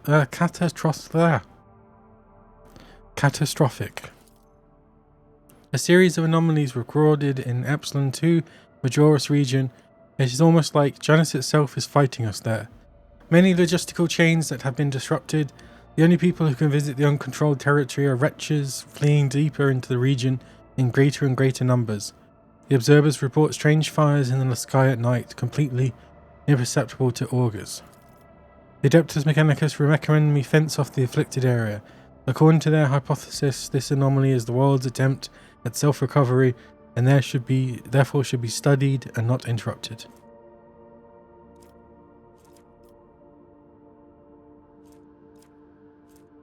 Yeah, let's isolate. Blessings of the Warp Spider. Whenever the wearer kills an enemy or scores a critical hit, they gain +2 movement points.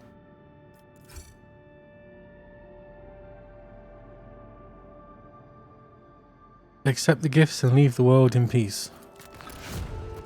Profit factor.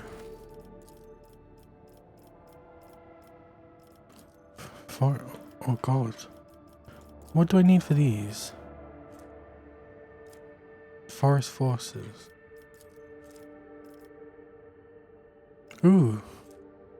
Power sword. Scorcher.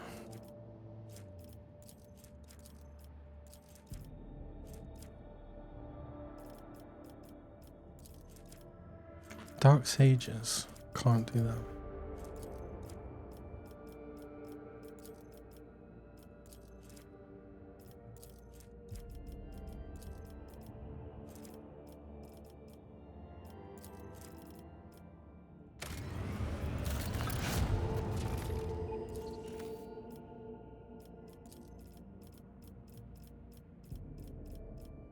Sacred Flame. Weapons. Memory of Daring provides 125 points of protection for each sector. Imperial Navy, Reputation. Oh, that's Dark Experiments. Oh, let's go.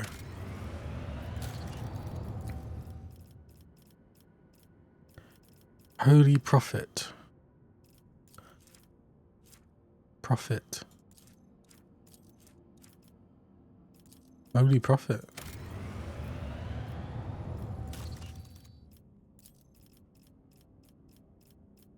Pure Blood, Navy Whips.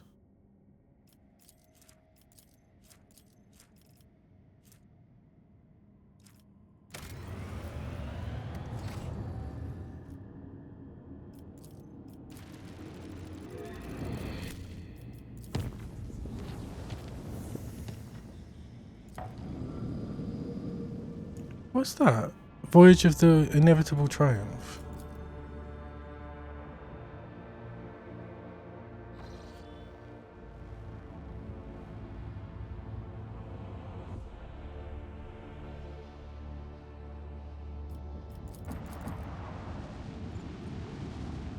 I can't believe I missed this. Oh, unless it... Nah. Oh no, it's not what I was expecting.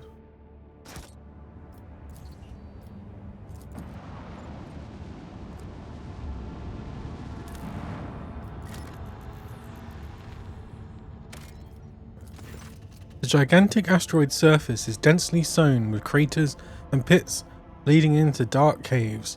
Augurs indicate that the asteroid consists of layers characterized by strange heterogeneity. There is a high probability of finding valuable resources inside the stone. They can be extracted by sending an exploration team deep into the tangled tunnels. Now let's go. With the help of the massive drill, the exploration team penetrates into the cavernous depths. The squad reports that their auspexes have detected meager reserves of the substance in the synthesis of plasteel in the rock. Their evacuation will take time and significant effort. Let's blow it up. The equipment struggles with the unexpected hardness of the rock, but after 3 watches, the squad manages to set up enough mobile extractiums to gather the coveted material. The noise and vibrations caused by the instruments have disturbed strange currents inside the asteroid. A transparent, viscous substance streams down from the porous walls of the caverns, slowly filling the caves.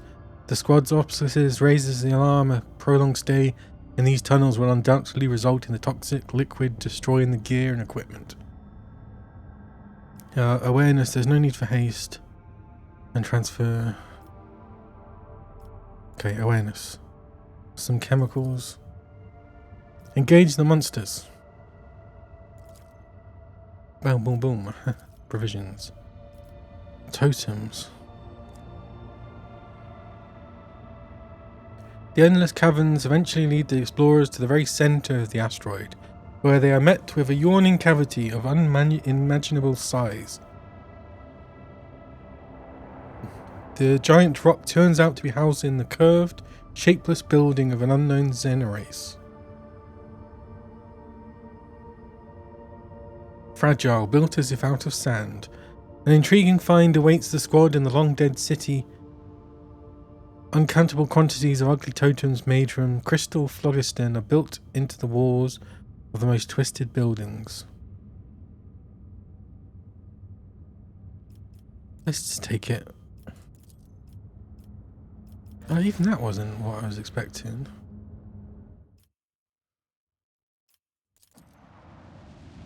Maybe I solved it.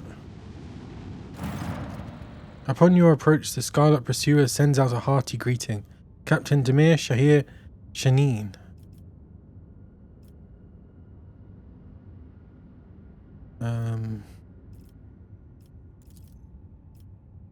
Empty soul traps.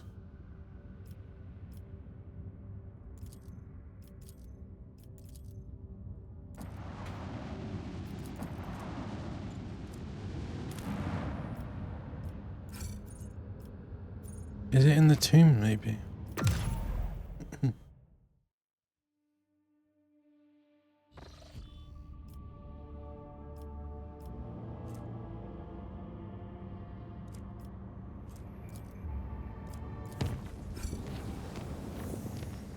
Seven profit factor. Hollowed railway.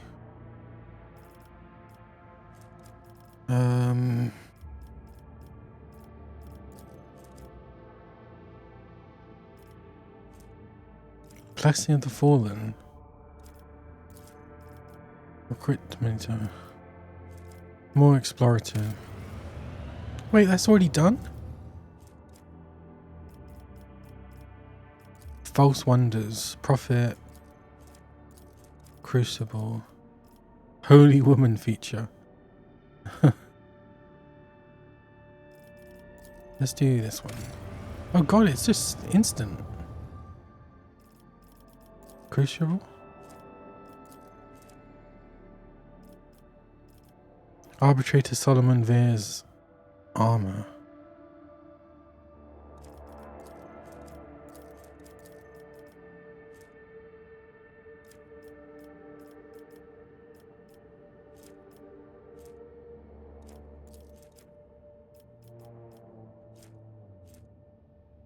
Praising the Muses. Where's that?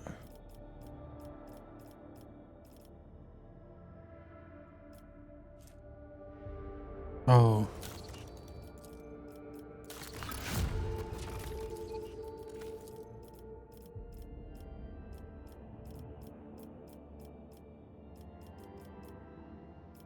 Is there one?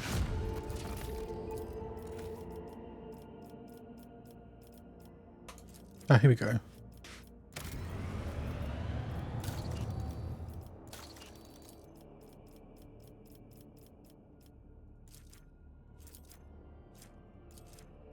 Where was it? Was it Falstone?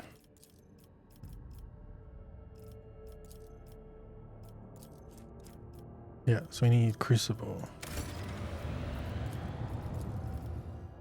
Oh, but +5 profit factor. No, this one's better. We just need praise in the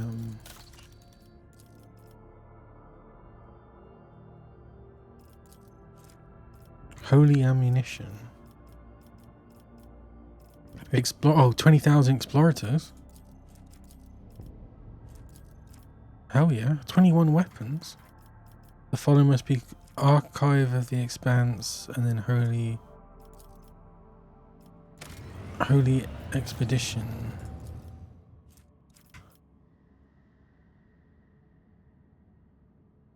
Holy Ammunition.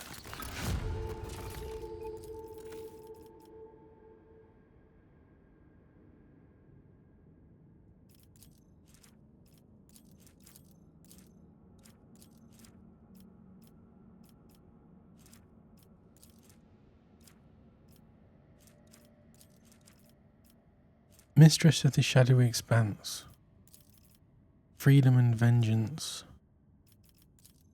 Profit factor +7. Penal Battalion. Xenos Intoxicant. I'm not going to be making that, so. Penal Battalion. Xenos Intoxicant. Lord Captain, the Crucible's great sculpting is underway. For the mouth of the relic. Continue. Pronounce the touch property of the Order of the Hammer. How dangerous are these touched?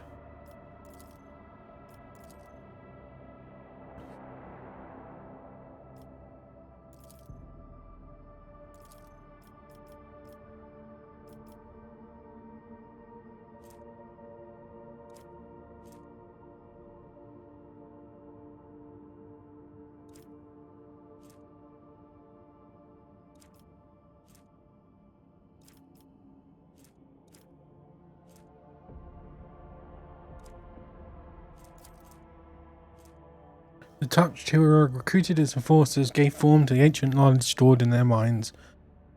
Long dorsal plasma which fires. Let's do this one.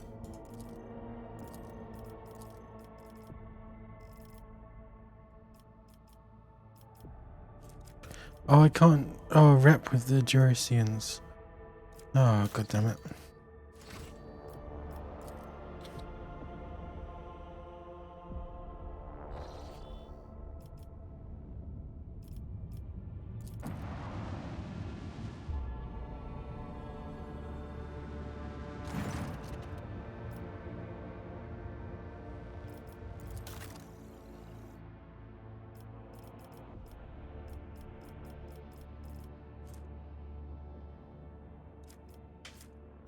Oh, I suddenly got 95.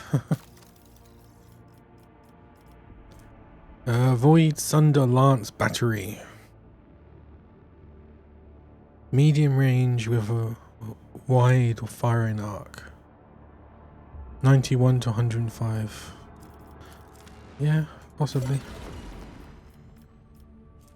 12 points of damage.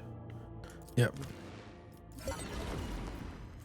Macro, short range. I don't like the short range ones. Torpedo tubes, 4 short. Yeah. Oh, RAF starfighters. Short range. Short range.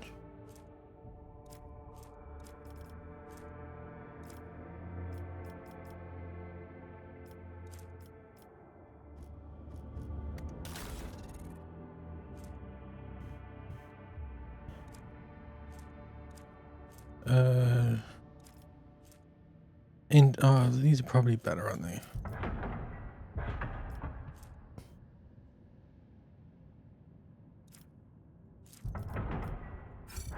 Wait.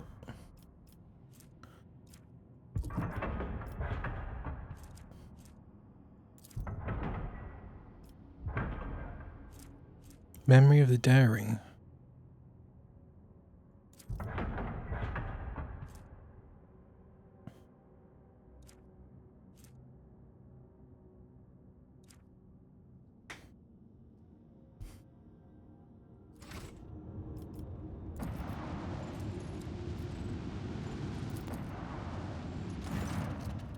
The station's airlock had been sealed from...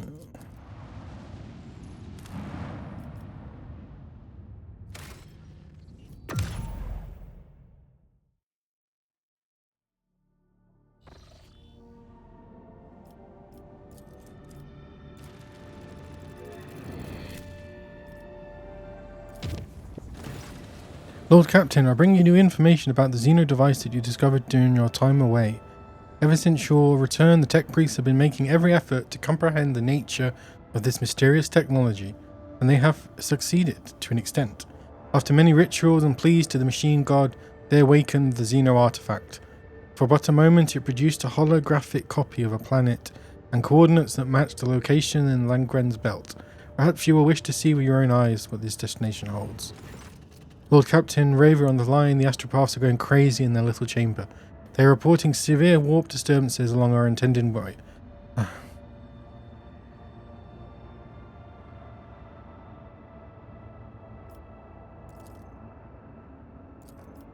Oh, God.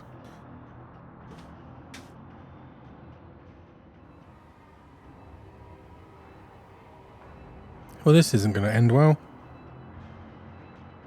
By the grace of the Emperor, I have been charged with chronicling the voyage that my blessed commander, Lord Captain Pandora, intends to undertake through that turbid tract of the warp known as the Maw. The thought of what lies ahead fills our souls with terror, but we all have faith in the light of the Emperor. May his protection be with us now. Charted course. Message from the Astropathic Choir. Lord Captain, we once again draw your attention to the fact that the warp region of the Maw is more turbulent than usual. The Diviner's Vigil pretends death for us, much worse besides. This is not our first decoy. Charted course. Report from Navigator's Sanctum. Lord Captain, we've locked onto the blessed light of the Astronomicon and are ready to make our first warp jump to Hermitage. Once in the Void Station's orbit, we will carry out maintenance liturgies and, with luck, exchange information with other trade warp ships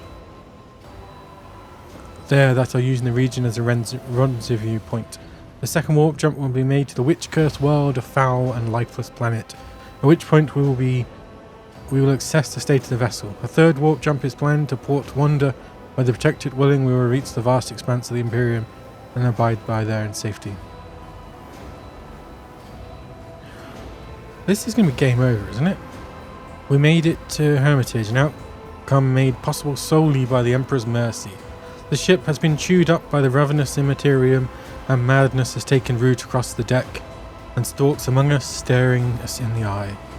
The vessel is in orbit around the station, thronged by thousands of silent satellites, the jettisoned bodies of the dead. I spent the entire jump in the murky depths of the Astropath Choir Bay, where occults of the ship's surgeon walked back and forth in silence. Incident report. I saw the pitch recordings made on various decks. Blasted bloody massacre. 21%.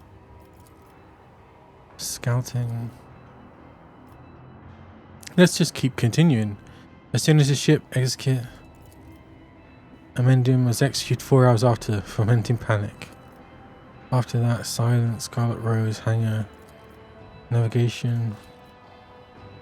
Master 1119's report stopped. The rousing speech from the Lord Captain. Make the warp jump to Port Wonder. The senior officers from all decks gave a general report to my blessed Lord Captain. According to the assessments of all the ship's services, the chances of a favourable outcome of a jump to Port Wonder were 0. Praise the Emperor, for we are going home. Lord Captain, a warp jump can be calculated. The warp is complete. Crew losses 87%.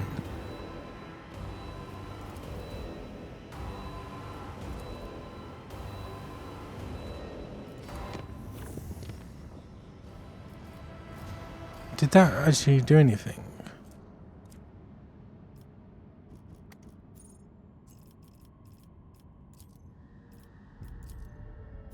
I didn't realise this was it.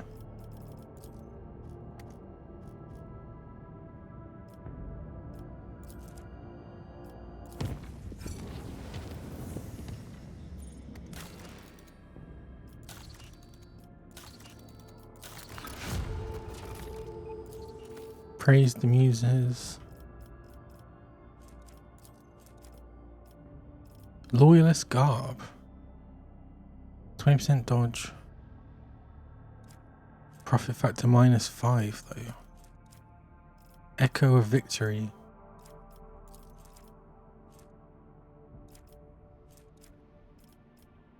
Bastion. Missionaries.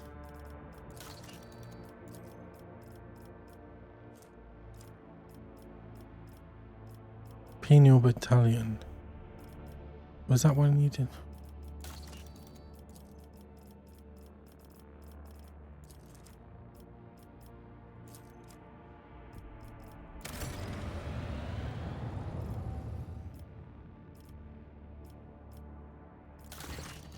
Your ladyship, Janice is reporting about a disaster. Oh god. We'll get by with our usual method. Fire and sword.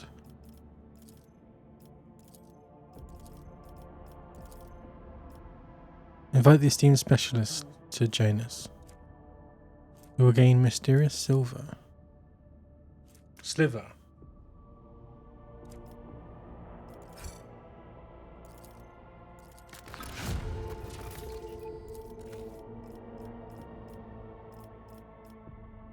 Great fire.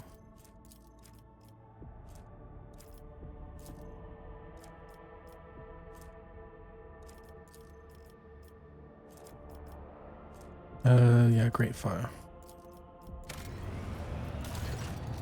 Lord Captain, there's been an act of sabotage. Tech use. Let's join forces with the Data Angels and get rid of the corruption altogether.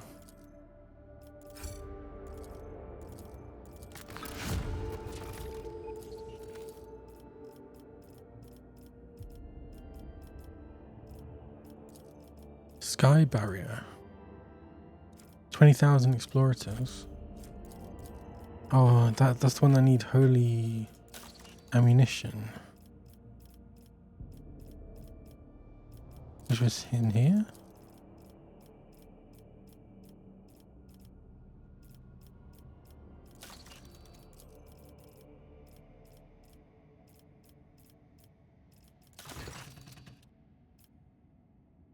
What is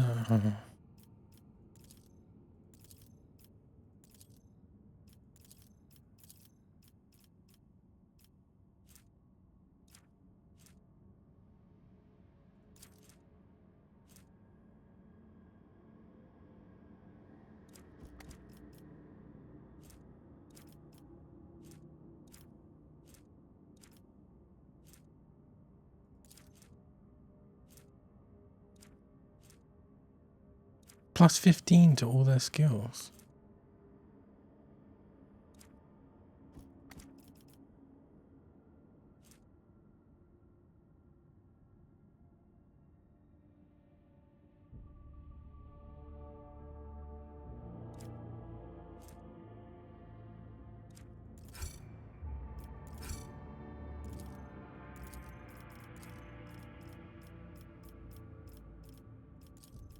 Oh yeah, I need the Jerosians.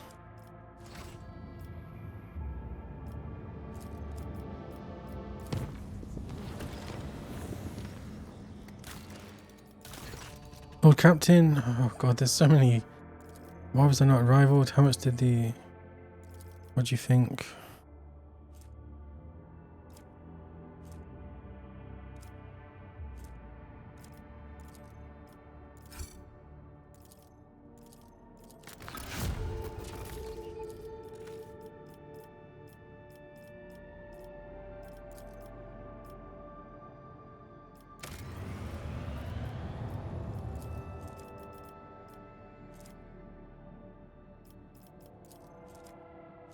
Pleasure World.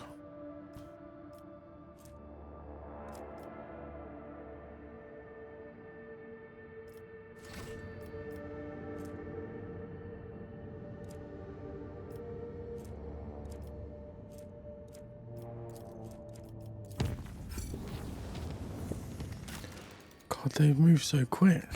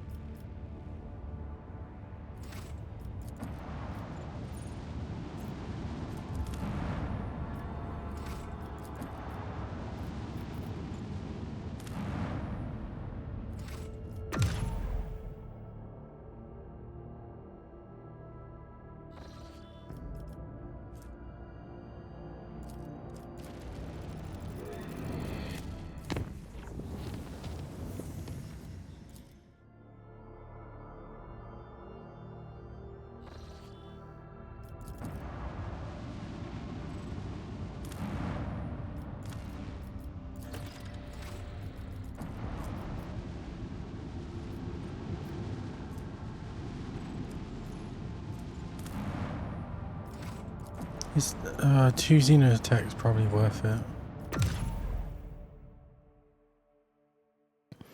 At least until I get more.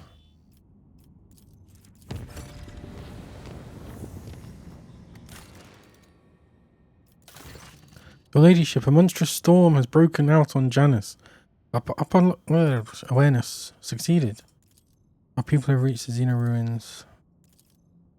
Tell the squad. Leviathan's Fury. Useless. Pleasure World.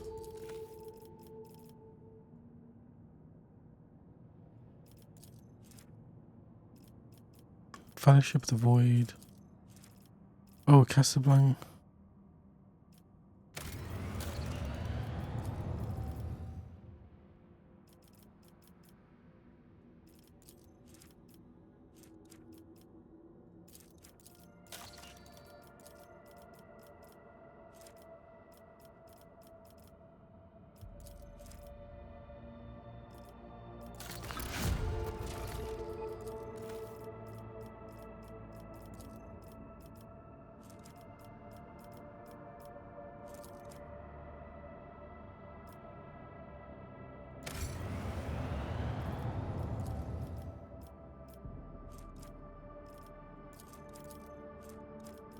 Ooh, oh, of course.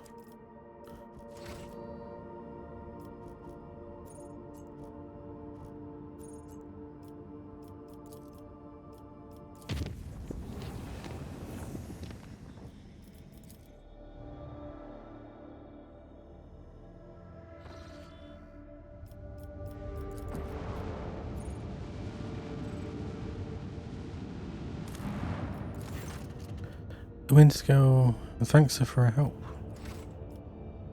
Plasticine. Oh yeah, this was the one with the 2 stars.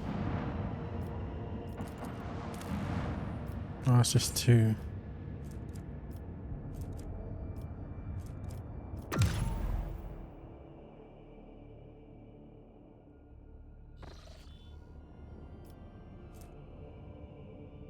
Go to the world of Quentzar Temer.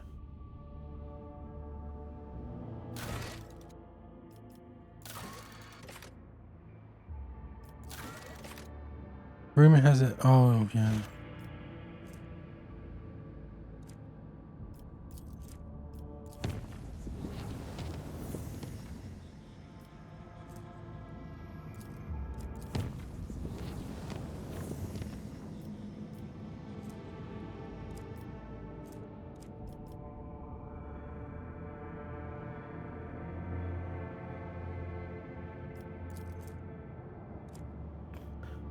Explorator Void Station Gutted Star.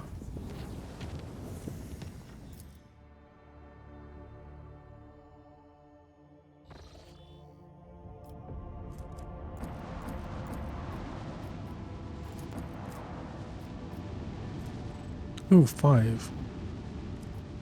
149 profit factor.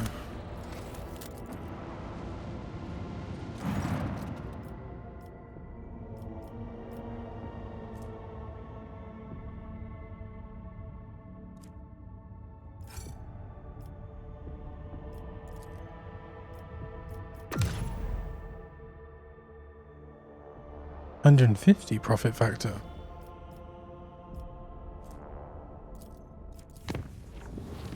What is this one? One-way road. Within proximity of rumor. One-way road.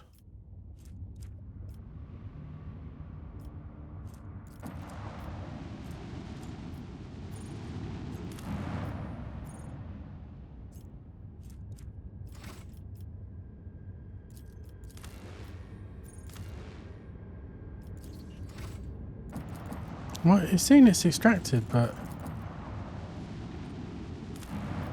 there's no extractium.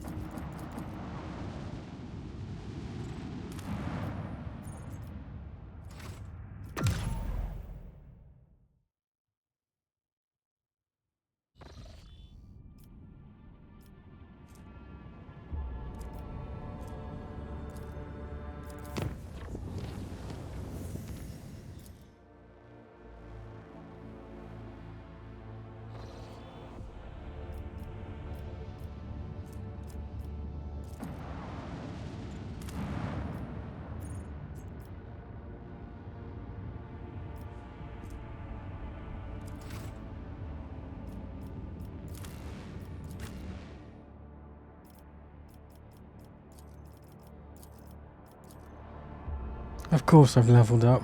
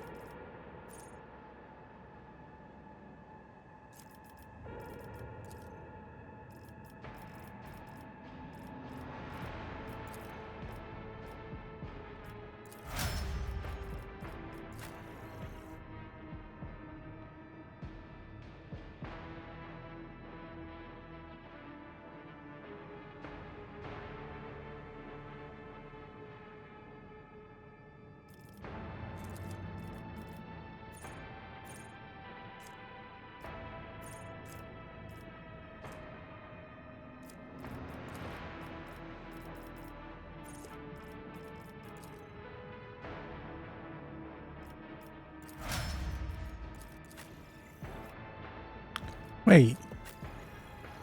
Why the hell have I got Alballard?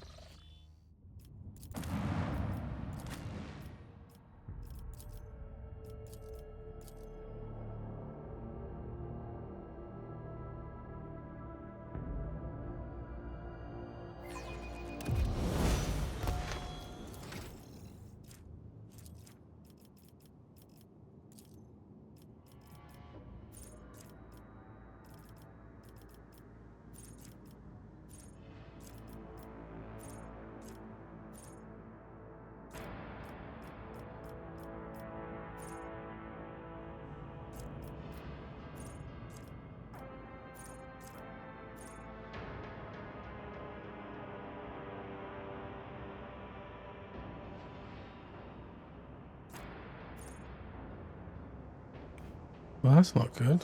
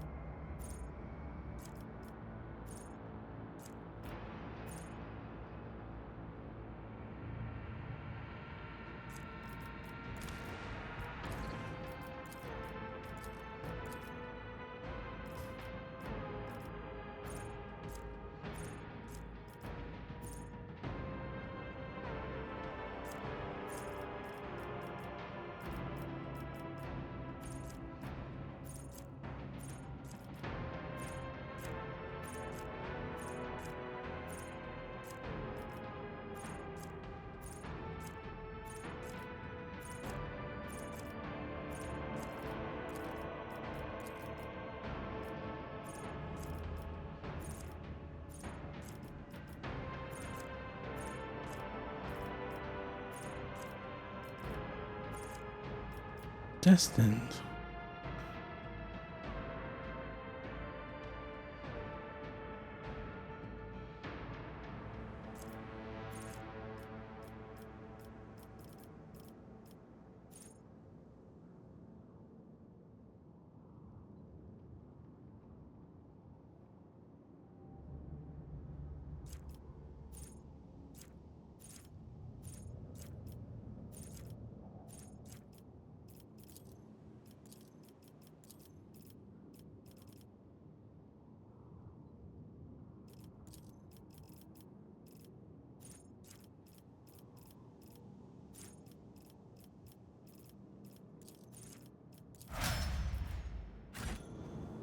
Oh, that shield is so cool.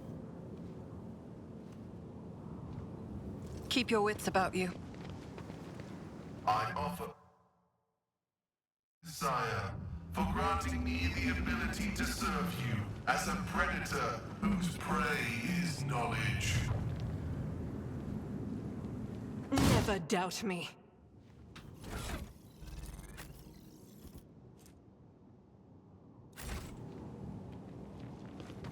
Watch out. What the hell?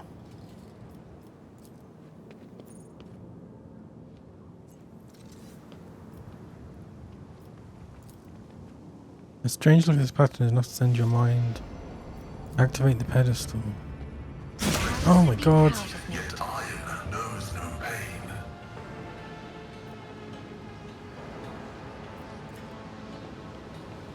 See? Right there.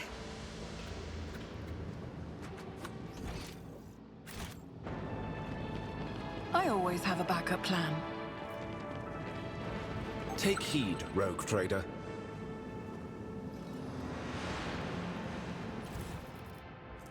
Cracked Xeno chest.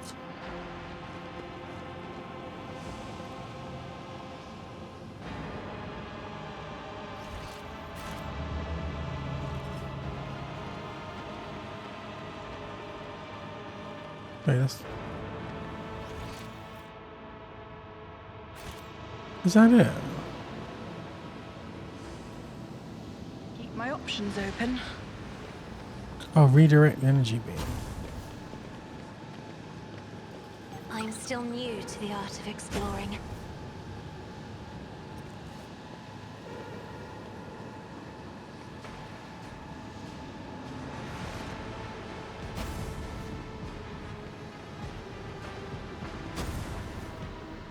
It seems the pattern no longer works.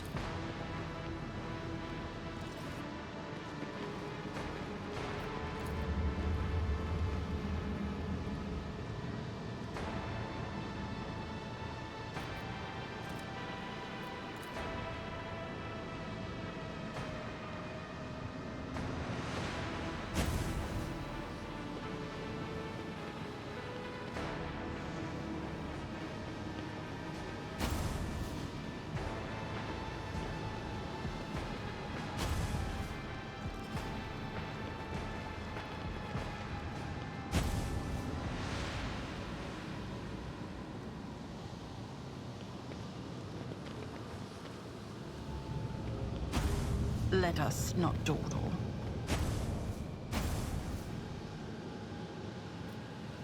Oh, just don't let it cross?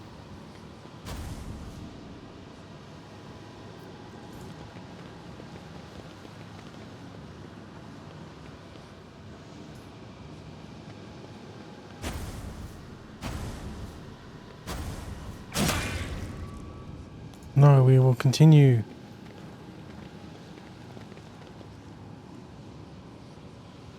Oh, wait. Oh. These are symbols. So I've done that one. I've got to do this one now.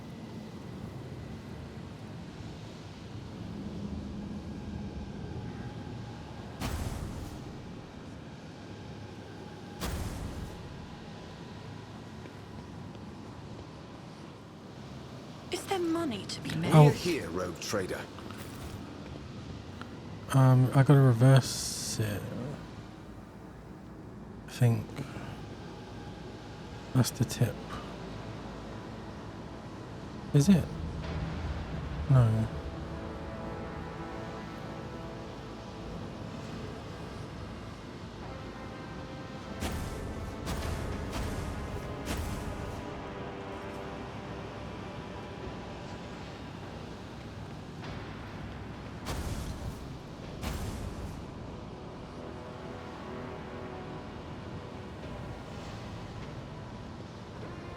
Always keep your eye on the prize.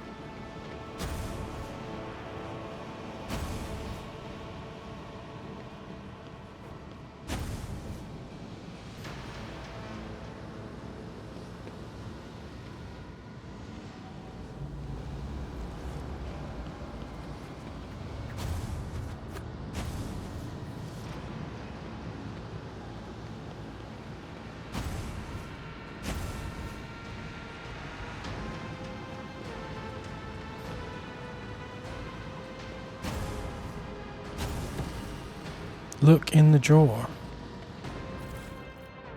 Ancient force sword. Rise to the top. Okay. Or get left in the dust. Well, that was that. That was a waste of time, really.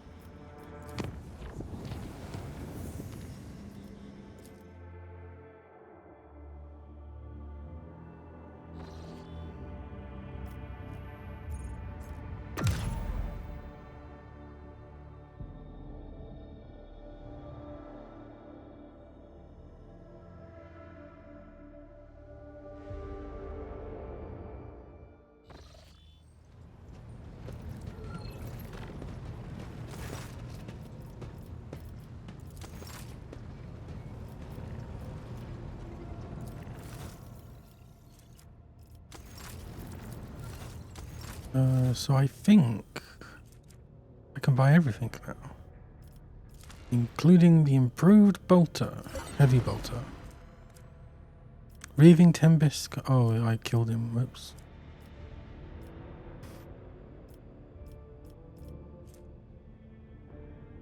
Infusing. Alex targeted by Navigator's powers gain a 10 bonus to all characteristics.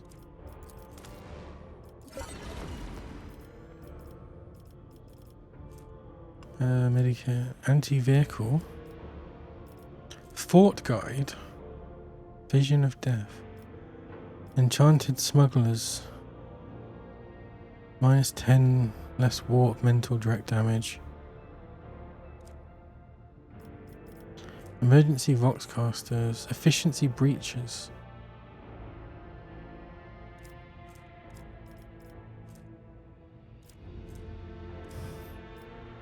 Cultist. Oh, Zealots. Immaterium Challenger. Well-maintained Weber. Dancing on Blood.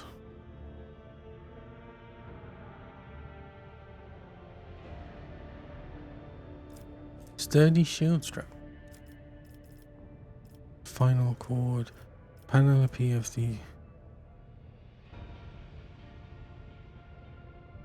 Each round increased by 10%.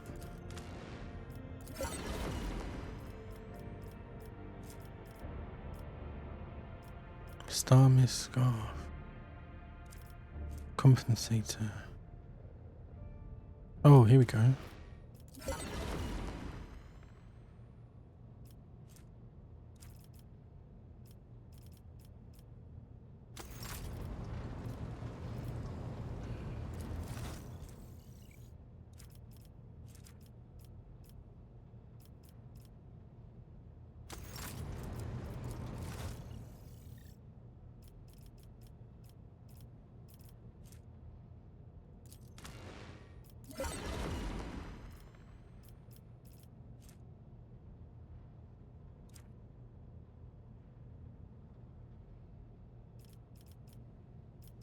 Oh yeah, still.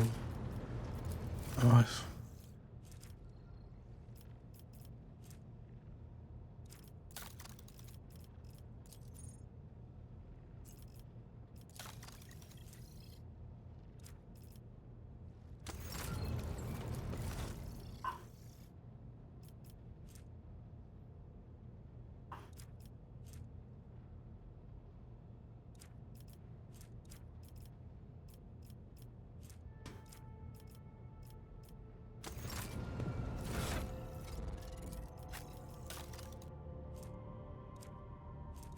where's the heavy?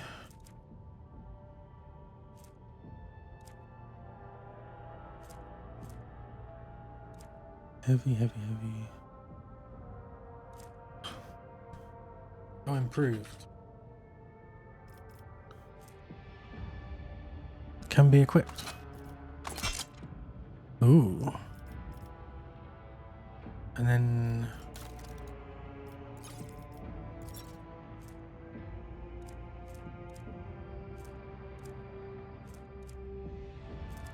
what was it like?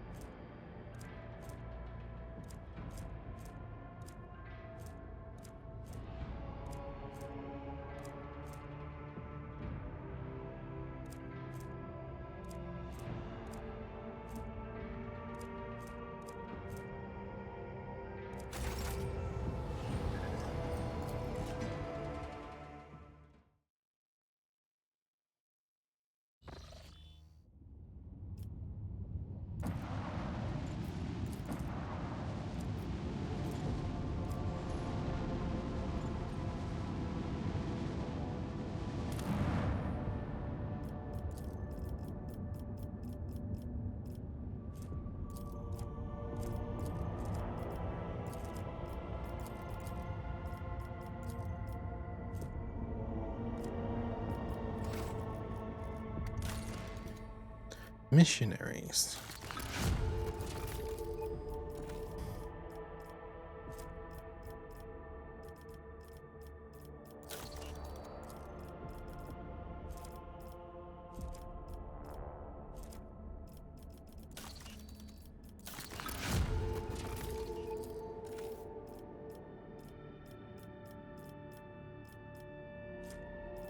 Oh, that's not good.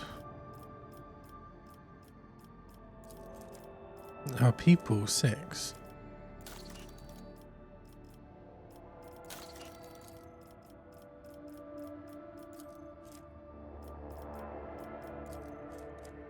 Oh, people. Oh, but that's worth it for 18 people.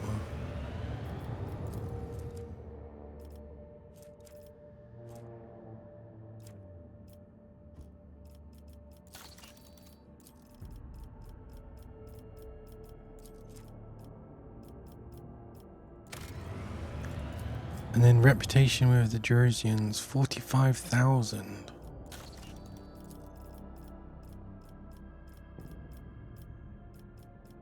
What was the reason I did that?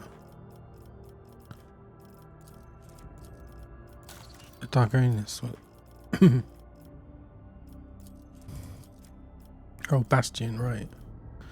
People by 12, battle mastery. Loyalist Garb. Was that the one I was going for? Oh no, this one, because it's 20,000 rep. Or 12,000 shipwreck. This one's harder to get.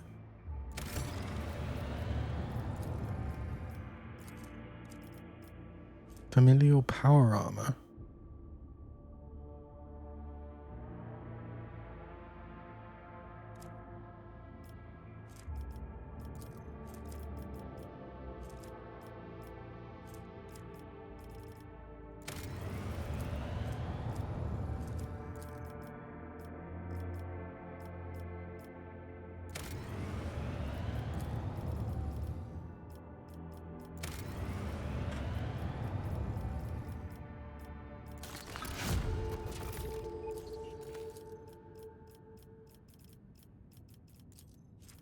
Oh, Phlogiston.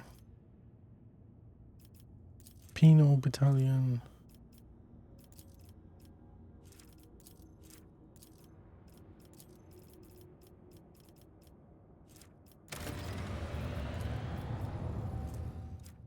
Profit factor +7.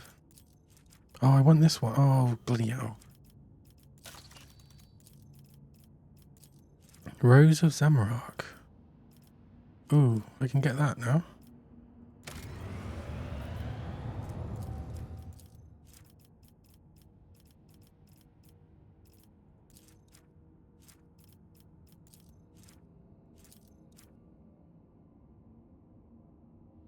Why did it reset? What the hell? Dargonus is crying out for aid, Lord Captain. Riots over the interpretation of scriptures. Well, the foreman involved in this as well. Is there any reason to believe the disturbance? I'd like to hear what my advisors say.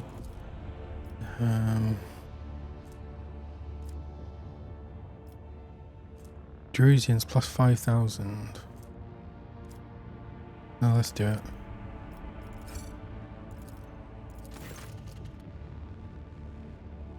God, how much stuff is going on? Oh wait, the hell? A Geno steal a cult? One tenacious clerk from the administratium questioned the authenticator. Oh, bloody mutants. Same cursed blood. The Foreman clan is covering for this disgusting cult. Living in the secluded. What are these? They're gene stealers. What forces have... We have to act. Pandora, raise the people to battle. Cleansing should be thorough. We'll announce to people that we have an enemy in our midst. They should come to the aid of the forces. Oh, excuse me.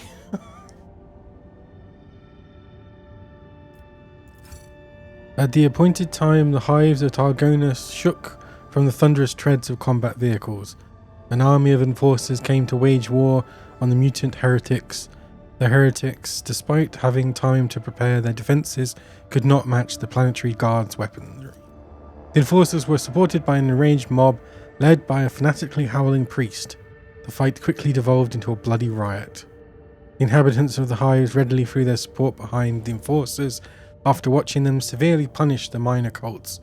The lesson in obedience had been learned, and the volunteers hoped to attain some spoils from the losing side. Everything was over after one planetary cycle. The filthy shrines and the heretic sanctuaries were set ablaze, the cult's agents mercilessly exterminated, and the rest of the operation's strength crushed amid street battles. Bastion.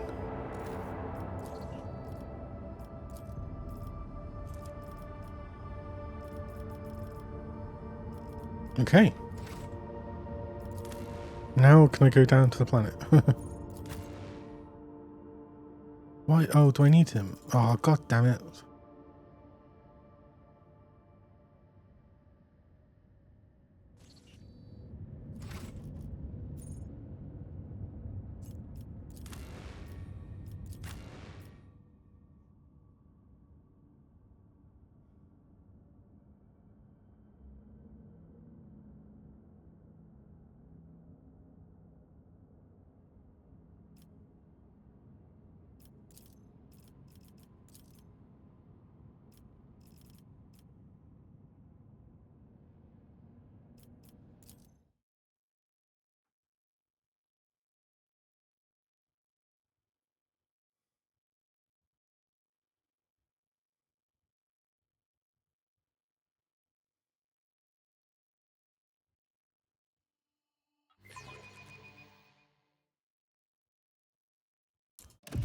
Oh, I should have respect.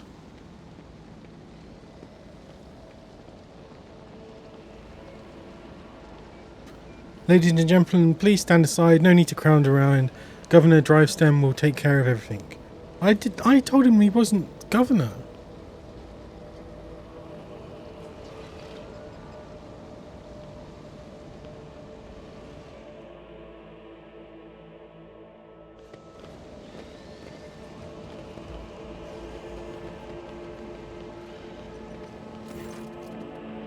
You are confronted by the sight of dead bodies at the entrance to the palace. The corpses have been hauled into a pile. Some are dressed in the uniforms of palace wardens, while others are arrayed in the clothing typical of the Dargonis nobility.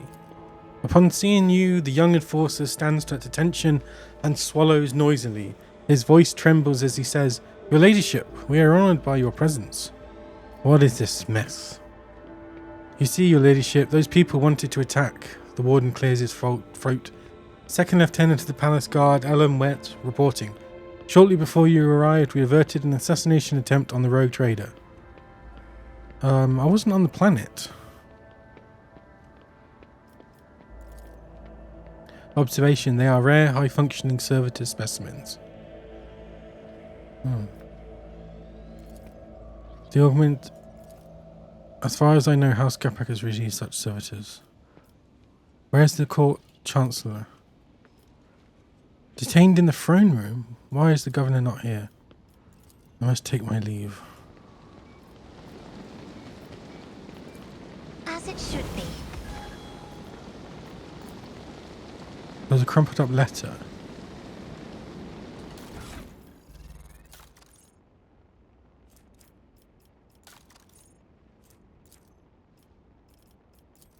In the letter, so discreet, keep away from the lords and ladies, you must look like a noble to the servants. And let the get away while the wardens are busy guarding the rogue trader. Keep your wits about you.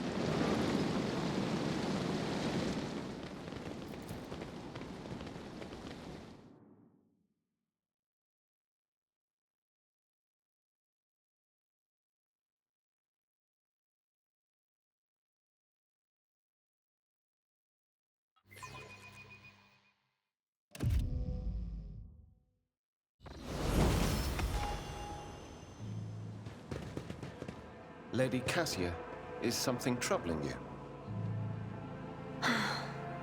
Once again, you have read my mood like an open book, Master Van Cal. Now what the hell is... Let me through. I have an appointment with Chancellor Clementie Wersian. My apologies, my lord, but you cannot go any further. Governor... Oh, I'm going to execute this drive stem. This is ridiculous. I shall complain. I'm going to complain. Move over. Let our ladyship, the rogue trader, through.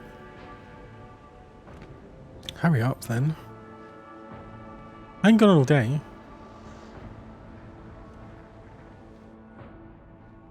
Your ladyship, 'tis an honour. Governor Urban Drivestem seems to materialise out of thin air. So suddenly does he emerge from the crowd. I regret that such unfortunate circumstances have occasioned the rogue trader visit the capital. Clementia tries to take a step forward towards you, but the warden nearby stops her. Her face is veiled with fear and weariness. Your ladyship, you are here. Please, you must hear us out. Who's who? The rogue trader is undoubtedly here to listen to the testimony of each and every one of us, and to punish the traitors. The governor's words directed at Clementia are harsh. They are echoed by the scornful sneers and whispers of the assembled nobles. We have known each other for many decades now, and we have had our fair share of disagreements. But do you really think my flesh and blood would trample upon the very definition of honour and loyalty? Abelard's voice is quivering with rage. The governor sweeps his gaze over Abelard, then replies, a faint shadow of doubt in his voice. We have evidence implicating them, Abelard. I am sure that our ladyship will arrive at a fair ruling. What are the charges against House Wersian? Disruption of logistical lines, bribery of Adeptus Administratium officials, document forgery, and organisation of heretical insurrections. On top of the evidently devastating economical impact this has had on your protectorate, these criminal acts have impeded the delivery of the imperial tithe, which in turn has drawn the Administratium's attention. Needless to say, the esteemed Adeptus Abates cannot ignore this situation either, and before their representative arrives at the palace, we are obligated to identify and punish those responsible. Clementia, I wish to hear your account. Your ladyship, House Wersian denies all charges laid against it. Clementia glances at the governor with defiance. These last few months have indeed been trying for Dargonus, but we have done our best to remedy the situation. My family's every effort has focused on stabilizing the capital's logistics and economy, so much so that we failed to notice the web of intrigue unfolding behind our backs. What happened on Dargonus in my absence? When we caught wind of the rumors of your disappearance, we patiently awaited news of your return. But then Dargonus was struck by a series of terrible events. The first was the sabotage of the logistics that hampered shipments, then mass unrest spread across the entire planet. These events have also been overshadowed by I am ashamed even to say it in front of you, your ladyship, the rumors circulate, some were calling for Theodora's...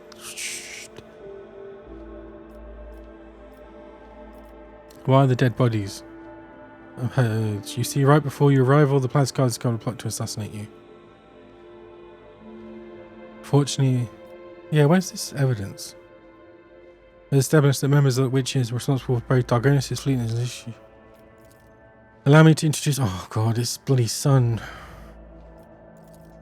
This young man is shrouded in mists of grey and blue, sickly shadows of fear.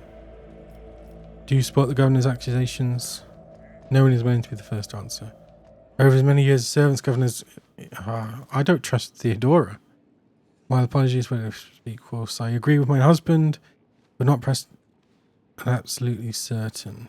I think anyone here would agree that the ladyship governor will faithfully...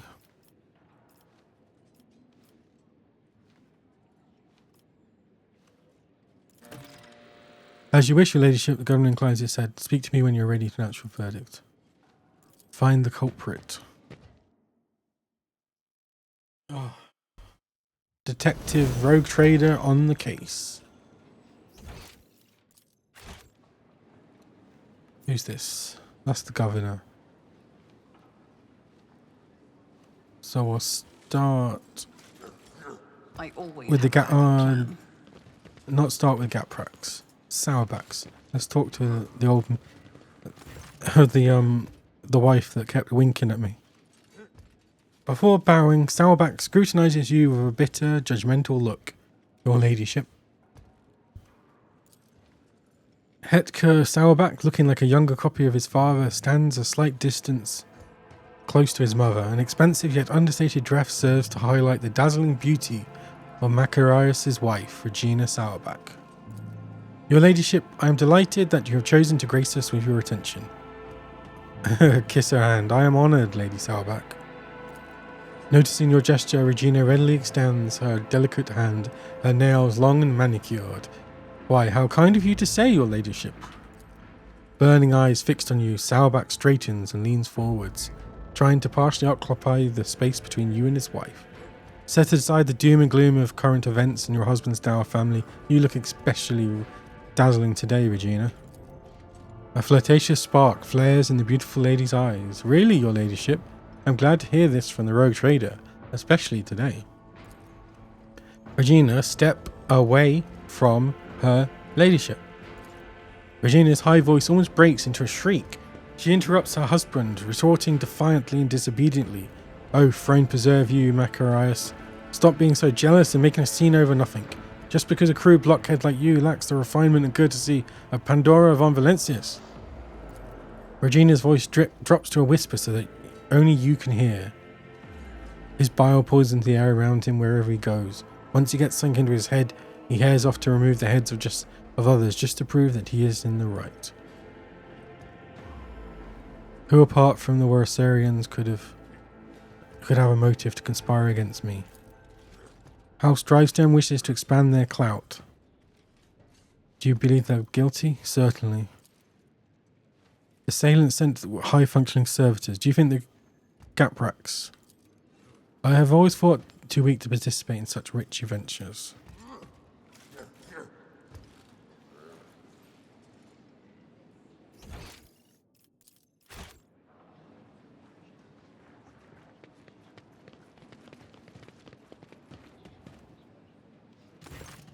As you draw closer, the warden steps aside, bowing respectfully, allowing you to approach the Worsarian family. Clementia, tired and slightly dishevelled, is the first to bow her head to you in deference. Several men and women behind her follow suit. Your ladyship, the woman stammers as if lost for words. Accept my most humble apologies for failing to greet you properly. My thanks for agreeing to speak to me before making your final decision. The charges brought by the governor are severe, but I can only assure you of this and swear on my own honour, we are not guilty of the crimes that House Worsarian has been accused of. Clementia, a hint of sorrow creeps into Albalard's voice, belaying his stern facade. You are acting head of this family. You were supposed to take care of each and every family member, and now you are being accused of treason and collusion against the rogue trader, and the entire family is facing death. How could you let this happen? Are you truly guilty? Be honest. I will not tolerate lies. Clementia, if you know that a member of your family is guilty of the crimes, Oblard is... the governor claims you forged documents in the fleet is the primary remit of House Worsarian. It's our responsibility. Logistics and supply routes are another area of our responsibility. With no direct influence of the inner workings of the Adeptus Administratum. I found this letter on one of the bodies who planned the attack. What can you tell me about it? Your ladyship, let us be frank. It would be foolish of me to try and orchestrate something like this, knowing how many wardens are patrolling your palace. They are high-functioning servitors. Servitors? It's Gaprak, but it's probably not Gaprak. That's too easy. Too much of a red herring. If you are not guilty, who is? Anyone, really. I want to find out what is going on, who is the real mastermind. Where should I start? I'm afraid I cannot be much help. Did you talk to the other reefs? Perhaps you will hear something unusual. I always keep my options open.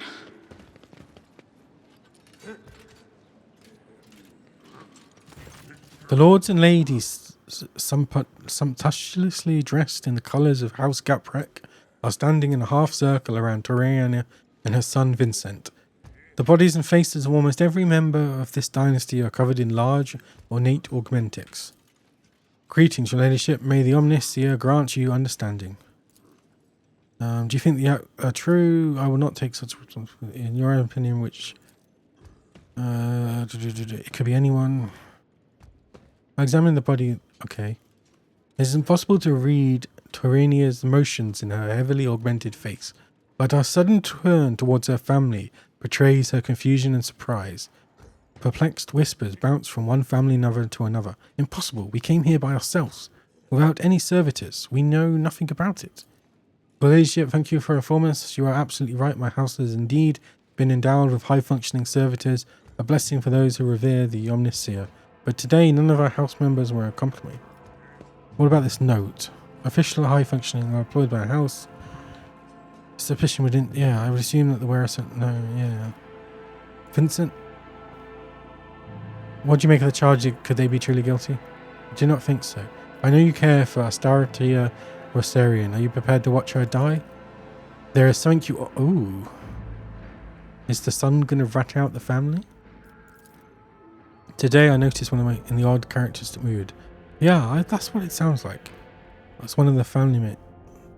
Is frantic and anxious, fidgeting. Perhaps you should talk to him. Halion. I should take my leave. Where is this Halion?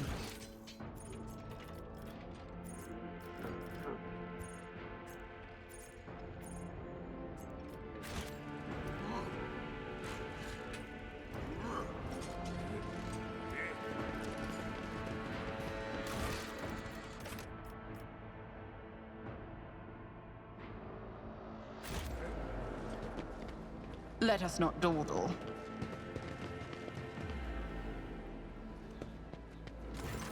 Governor Drivestem is surrounded by his retinue. They are all dressed in expensive gowns and finery. The matching colour scheme of their outfits and the striking physical resemblance among them suggests they all come from one family. Your ladyship, thank you for giving this case your undivided attention. The governor bows and the rest hasten to follow suit. I wish to hear your reasoning again. What makes you think the Warsarians are behind the plot against me? Yeah, blah, blah, blah. Your ladyship, I'm sure... What do you make of this letter? Perhaps they truly... All the assailants were high-functioning servitors.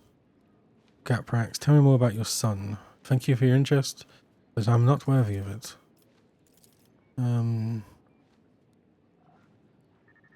Tell me more about your job. Clearly, just tries to look in the eye, but it's clearly hard for him to do. How did you manage to find the forge? But does Houseworth have access to the adeptus? Cornelius, what is the true reason for your nervousness? You're speaking to the governor. Do you wish to tell the Lord Captain anything? Place your hand on your weapon. You are speaking to a rogue trader, and my patience is running out. Forgive me, your ladyship. I can't do it anymore. You're bloody lying. Just shoot him. This lie has gone too far, and I cannot no longer control it. The truth is that all the logistical problems were caused by a single error in the numbers. My mistake. What? Orben looks genuinely shocked and enraged. When I discovered my mistake, it was almost impossible to restore the supply lines. Then I was approached by someone who said they were a friend. What have you done? How could you? Your ladyship, he suddenly turns to you as if trying to shield his son. This is my fault. I trusted my son and have failed you in doing so. I beg you have mercy. And you call my family's honour into question, Urbend. Nevertheless, I harbour no desire to kick a man when he is down. What is your friend that approached you, Cornelius? A letter out of the blue, Werison's, Urbend, your son has found the courage to me and said, I will try and find some compression in my heart. Summon everyone, I'm ready to pronounce my verdict. Many faces are watching you, each and every one awaiting the rogue trader's verdict with bated breath. The charges brought by Governor Drivestem were fabricated. House Werison had nothing to do with the orchestration of the riots or the plot targeting the rogue trader, and yet this matter is far from concluded. A wave of shocked murmuring sweeps through the gathered nobles, then quickly gives way to oppressive silence. Not so much as a whisper interrupts your speech.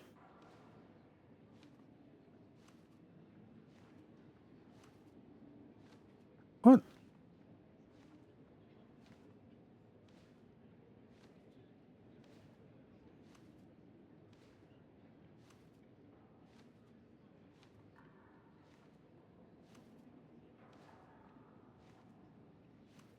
Did I miss something?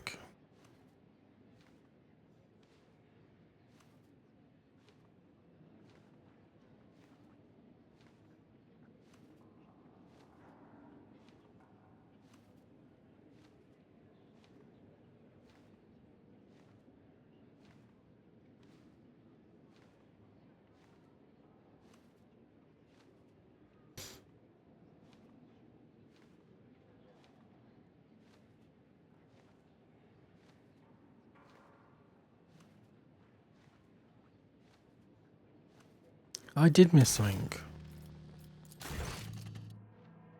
Oh, I've got to do the whole thing again.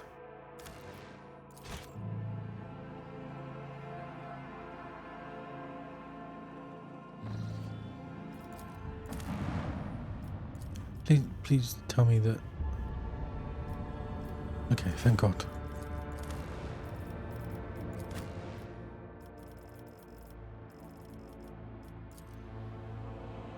Just quickly go through everything. I knew I needed to find that Gapak guy, but I didn't spot him.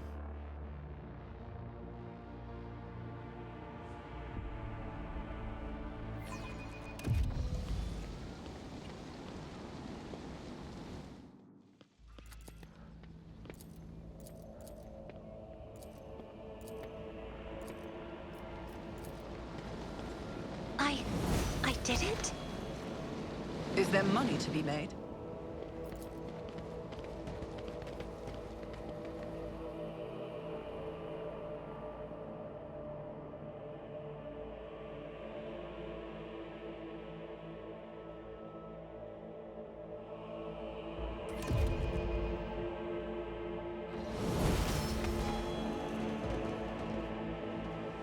New-class worlds are of negligible importance.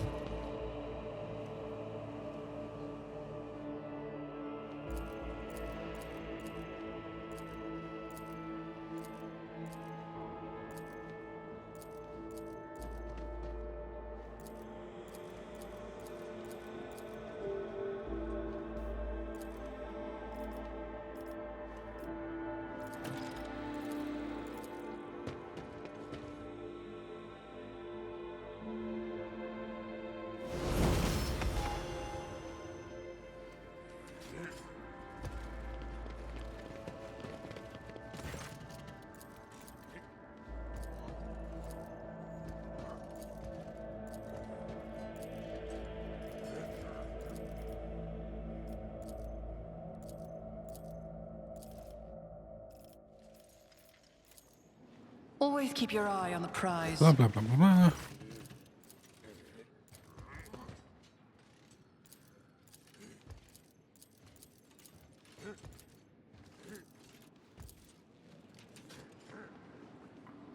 It's much quicker when you don't have to read it all.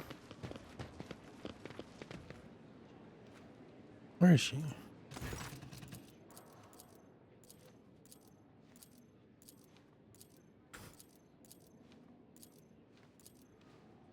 Rise to the top, or get left in the dust.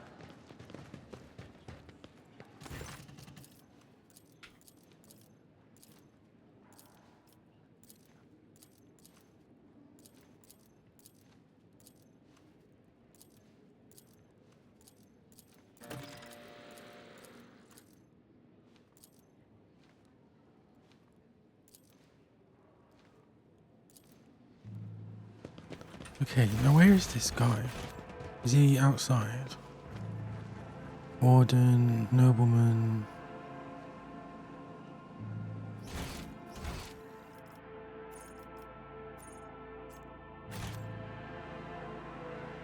I always keep my options open.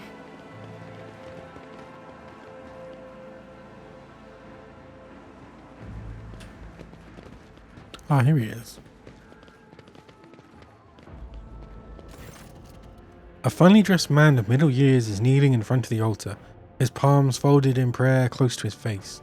The implant-free parts of his skin are a sickly blue colour. The nobleman does not react to your presence, he does not lift his head, he does not blink, he does not even breathe. Only when you draw closer do you realise that he is dead. Okay. Strange. Abelard looks at the man, his eyes grim, the colours of House Gaprak. I do not believe he decided to take his own life in such an extravagant way. As far as I know, this is the warden post here, but I do not see any wardens. There is no one to ask what happened here or with whom to speak. Let's talk to... examine the body. Oh, I should have saved it. Failed. Oh, god damn it. Injection site. Search the pockets. Short note. HG. Make sure that the rogue trader is attacked by someone loyal. It should appear as if it was all staged by the Wursarian family. Look around. Step away.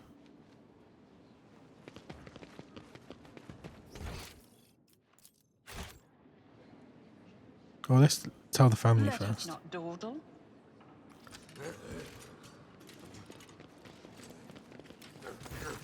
The lords and ladies continue. Greetings. He's yet to find guilt. That's his verdict. I discovered a dead body, a member of your house, right here, and he died kneeling in prayer. Halen, was it? Tell me about him, Torino. He's one of the lower-ranking members of House Gaprak. Despite his advanced age, he never held high hostage, but he was forever striving to better his position, even beyond his abilities. Many members of my house struggled to cope with the misfortune that befell Kiavagama and our family. What could have happened to him? The silence is long gone. Yeah, we lost Kiavagama, a truly devastating blow to every member of House Gaprak. I lost all my hope for the future, and my kin lost their sense of purpose. We needed time to recover and chart a new course. Expose the mastermind. Lord Captain, the Gapraks, what do you suggest we do? Interrogate the heads of Dronstem and Harrowback. One of them has been pulling the strings here. Okay, I should take my leave. Where are you? Here. Bloody camera. I discovered the body of... I'm not sure if it's relevant, but perhaps you should know. Since the fall of Kiavagama, they've been fairly appalling. You've been looking away to help their influence, and perhaps the Drivestem and the Sourback can tell you more. Keep your wits about you.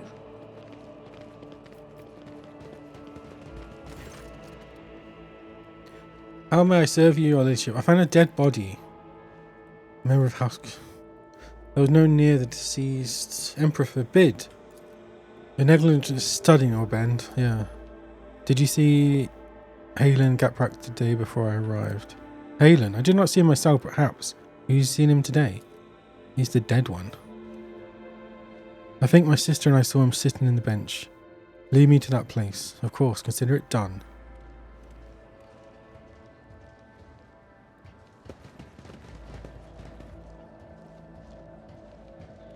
Always keep your eye on the prize. Come on, take your time.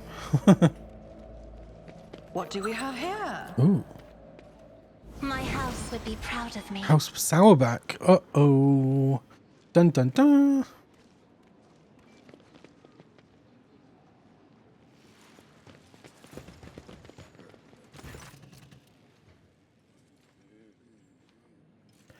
I discovered a dead body. No, I don't know anything of this note.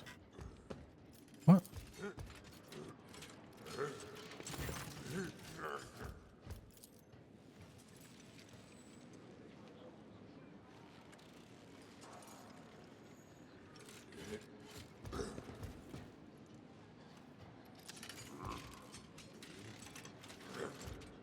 Is that it then?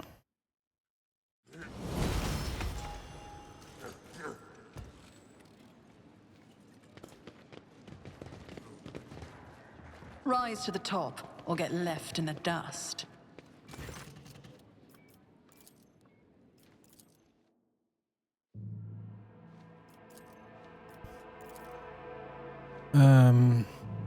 Awareness 100?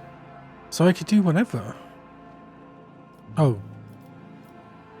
We have discovered that an attempt by a member of House Gaprak, you accused House Western of topic the minutes in my own palace. Is that to reason enough to firebrand you?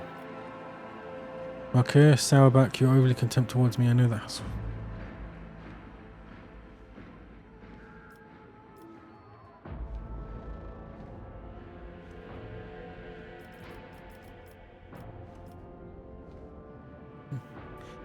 Ben Drystem, you have exhibited inexcusable negligence by failing to question the possible involvement of any other family besides the Wessarians. We have discovered that an attempt on my life was orchestrated by a member of House Gaprak. The governor closes his eyes, fear and shame getting the better of him. Ben Drystem, you have accused House of violation in the grave error committed by your son. Terenia Goprak, a member of your family orchestrated an assassination here in my own palace. The act is reason enough to firebrand your house as traitors. Mocking whispers, Terenia's tinged, still not reader. Marquis Sourback, your overly contempt towards me is reason enough. I know I have to help. In this conspiracy, I find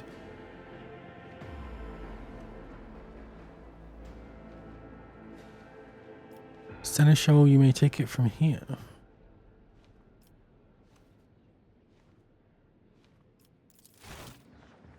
Ooh, what the hell? Why is the camera shaking?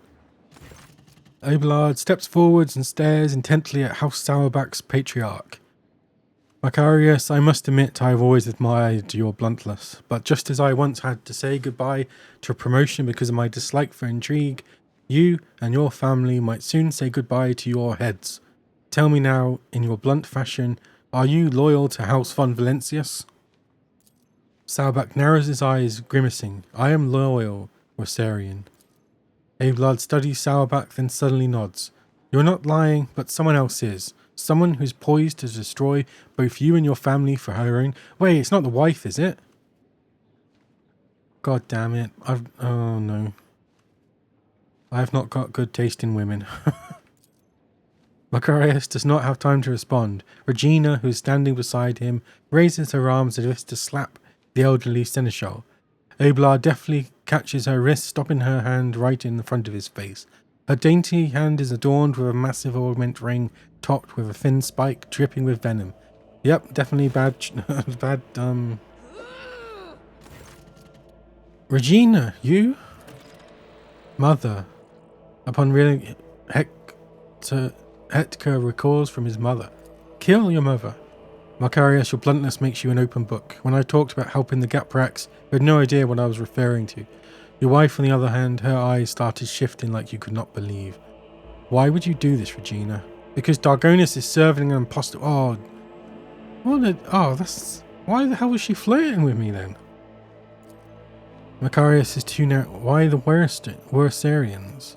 Because when they stripped the Seneschal's protection, this house is the weakest one in all. Who aided you? There is no way you managed this on your own. Oh, of course I didn't. There are plenty... Oh god, not Voigtavir. Why did you kill Halen Gaprak? Halen was a good agent, but he was also a coward. He came to me just before our middle. Oh, I thought there could have been something special between us. I admit I had my regrets about causing you such difficulties. But what was I to do? Duty calls. Finish this. Chop her head off. Does the raid trader condemn only the rotten apple or the entire barrel?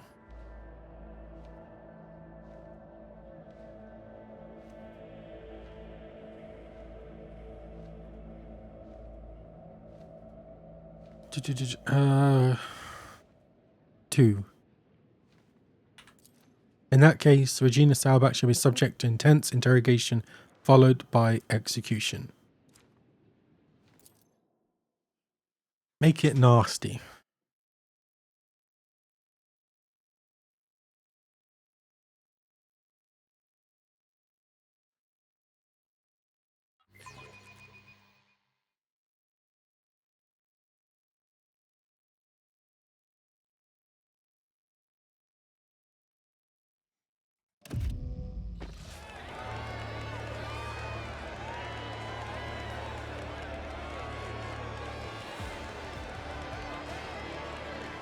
By order of the rogue trader, Regina Saurback is sentenced to death for flirting with intent to deceive.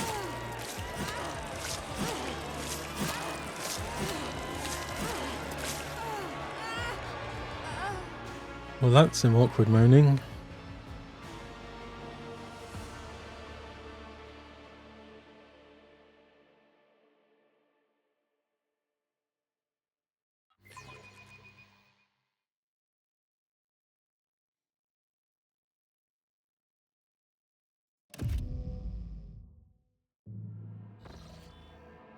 When the nobles disperse, sated by the bloody performance, Abelard approaches you, his steps firm. Lord Captain?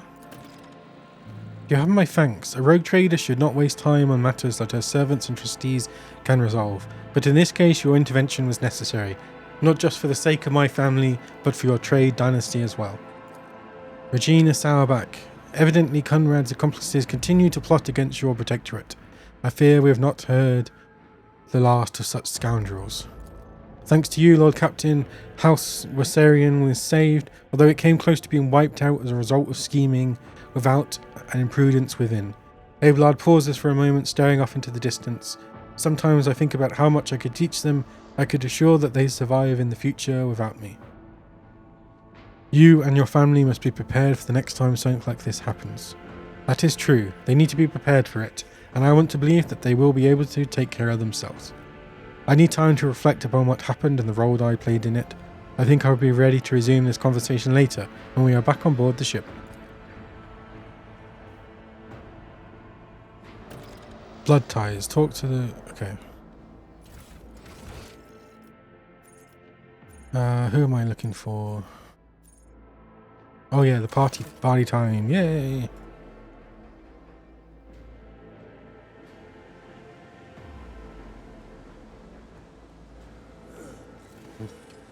I think I'll do this and then that's probably it for tonight.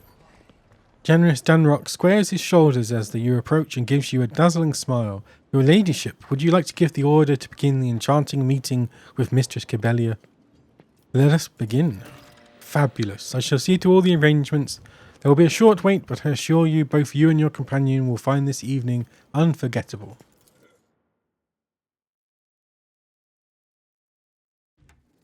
I beg your pardon, your ladyship. Everything is in place for your special evening. Why has she got her swords on her? Something has changed in Cobelia.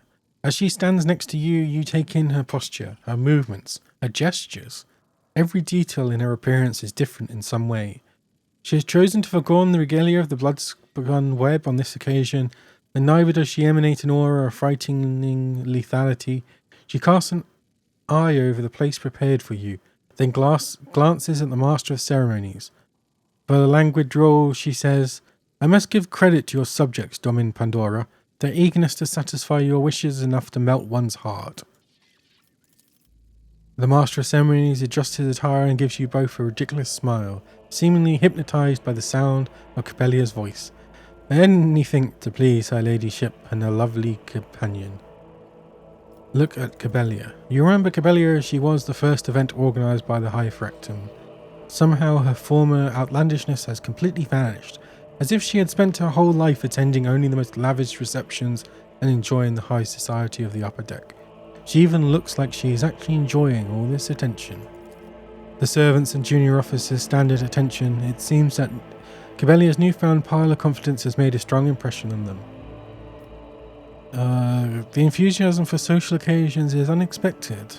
My desire to appear among the people in your circle surprises you. How so? You hear a murmur.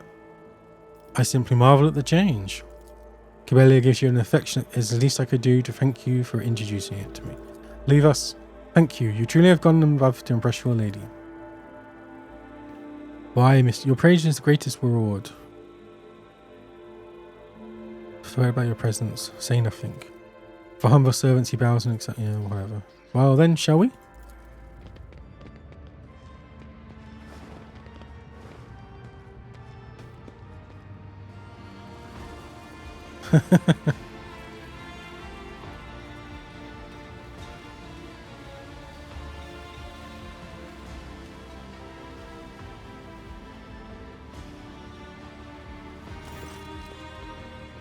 The noise of the hive reaches the balcony as nothing more than a steady hum, like the rumbling of a distant ocean. The beautiful decorations and fine delicacies before you could easily make one forget the rot and suffering that permeates the sprawling city below. Cobelia's manners are impeccable. One can only wonder where this artful mastery of social customs came from. She's doing this to like blend in, right? It appears you have managed to avoid terrifying my subjects with your very presence this time. I am a spinner of the bloodspun web. We know how to tread silently, how to be invisible, how to wear other people's masks. The guise of your subjects are not particularly subtle. A nice evening, is it not? I am absolutely delighted. She sips her drink. Last time I failed to grasp the sheer beauty of moving in the highest circles. I appreciate that you have arranged this evening for me, my second chance. I do hope my demeanour suits the expectations of your inner circle better this time. I believe it does. I can only hope that you genuinely feel comfortable in this role. Comfort was never something I aspire to. Care to explain the scene back there? I merely wanted to offer my gratitude.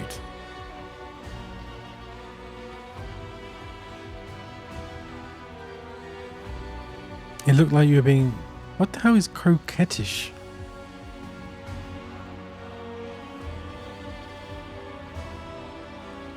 Behaving in such a way as to suggest a playful sexual attraction? What? It looked as if you were being coquettish with the master of ceremonies. Smiles were just the... Did it now? Is that not what people of your standing engage in? A game of insinuation, casual glances, ambiguous smiles, unspoken promises?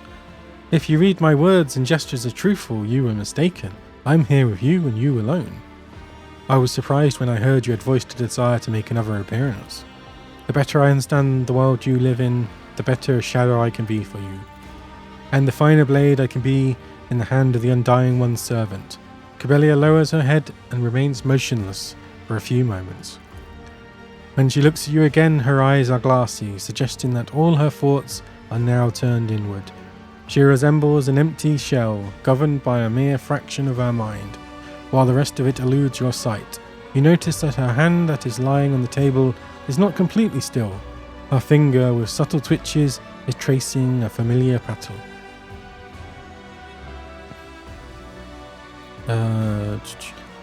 Come back to me, please. What do you mean? I'm here with you. Where else could I be? The hour is getting late. Could you please show me a view of the hive? I would like to see your domain.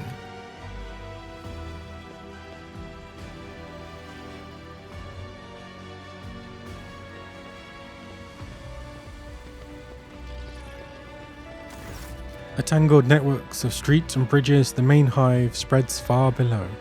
The people buzzing about in lit areas seem no larger than gnats in the distance. Cobelia stares past the balustrade with wide eyes, seemingly mesmerized by the view, by the great beckoning fall. She leans forward and then clutches the handrail so tightly her knuckles turn white, gasping in wonder. It's enough to make your head spin, isn't it? Another stifled grasp, then a laugh. I've never seen such heights before in my life. No distance on the ship comes close to this. I feel like this emptiness might swallow me whole. Cobelia turns to you and smiles, this time sincerely. It's beautiful. She reaches out a hand to you and touches your cheek, her fingertips sliding down your skin. With you I feel different. Nothing like how the tenants say I must. There is nothing more to life than my clan's deck. Her gaze goes blank, and discovering it has unraveled my world. I am your blade, I am your shield. And today, here and now, I vow to do whatever it takes to become the perfect weapon in your hands. Already I am changing. Tell me, does this Cobelia please you? I will accept you regardless of whom you decide to be. No one can make that decision for you.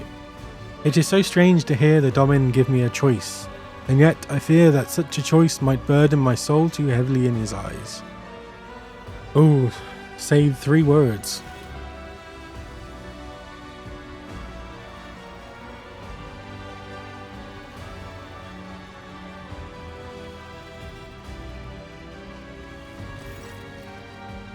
Cabelia looks at you closely. Instead of speaking, she clings to you and gives you a long, breathtaking kiss filled with sincere warmth. When eventually she pulls away, she gingerly touches your cheek with her fingers. Stay with me tonight. Let's go. I want to leave this stage overlooking the whole world. I want to be alone with you, to be true with you as never before. Oh, and again wake up in a weird bed. So, sitting on your throne has not cost you your flexibility. That is a welcome discovery. Oh, I think that's the quote of the game.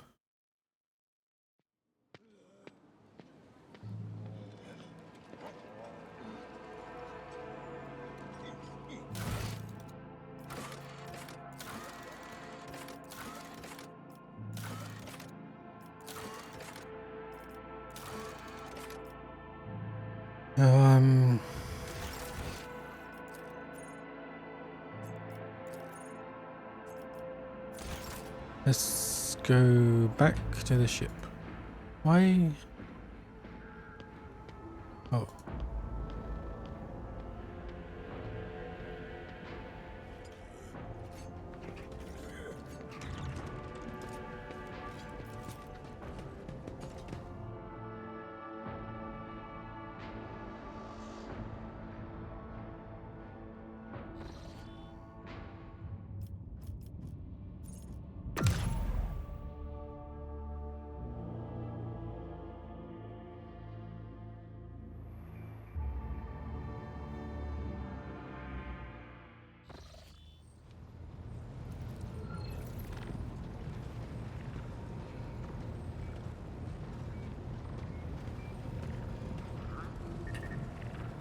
Lord Captain, allow me to express... Oh. Allow me to express my gratitude once again for your assistance. If it weren't for your intervention, my entire family could have been executed on false charges. I could have lost them all. I never imagined the Viserians would be so vulnerable, while I serve as seneschal to the Lord Captain herself, far from home.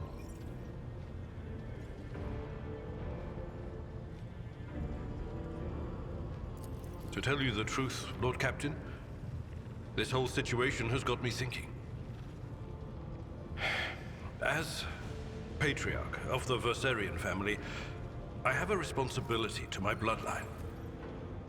Yes, it is my duty to serve as seneschal to the rogue trader, and I have no intention of relinquishing that role, if you find my service as satisfactory as did Lady Theodora. However, if I could be more involved in my family's affairs, and still serve the von Valancius dynasty. What do you want? Tell me plainly. Under Lady Theodora, I served as steward of the Trade Protectorate on more than one occasion. In that capacity, I was based on Dargonus, rather than traveling with the rogue trader on the flagship. If it would be possible, after the immediate need for my presence is over, I would like to return to that position. To oversee the Trade Protectorate on the capital world, while at the same time presiding over the Viserian family, and using my authority to help elevate it. I understand your desires. Tradition and old ways must change. I will allow you to... yeah. Thank you, Lord Captain. Under my watch, the Trade Protectorate will remain safe and prosper in service to you.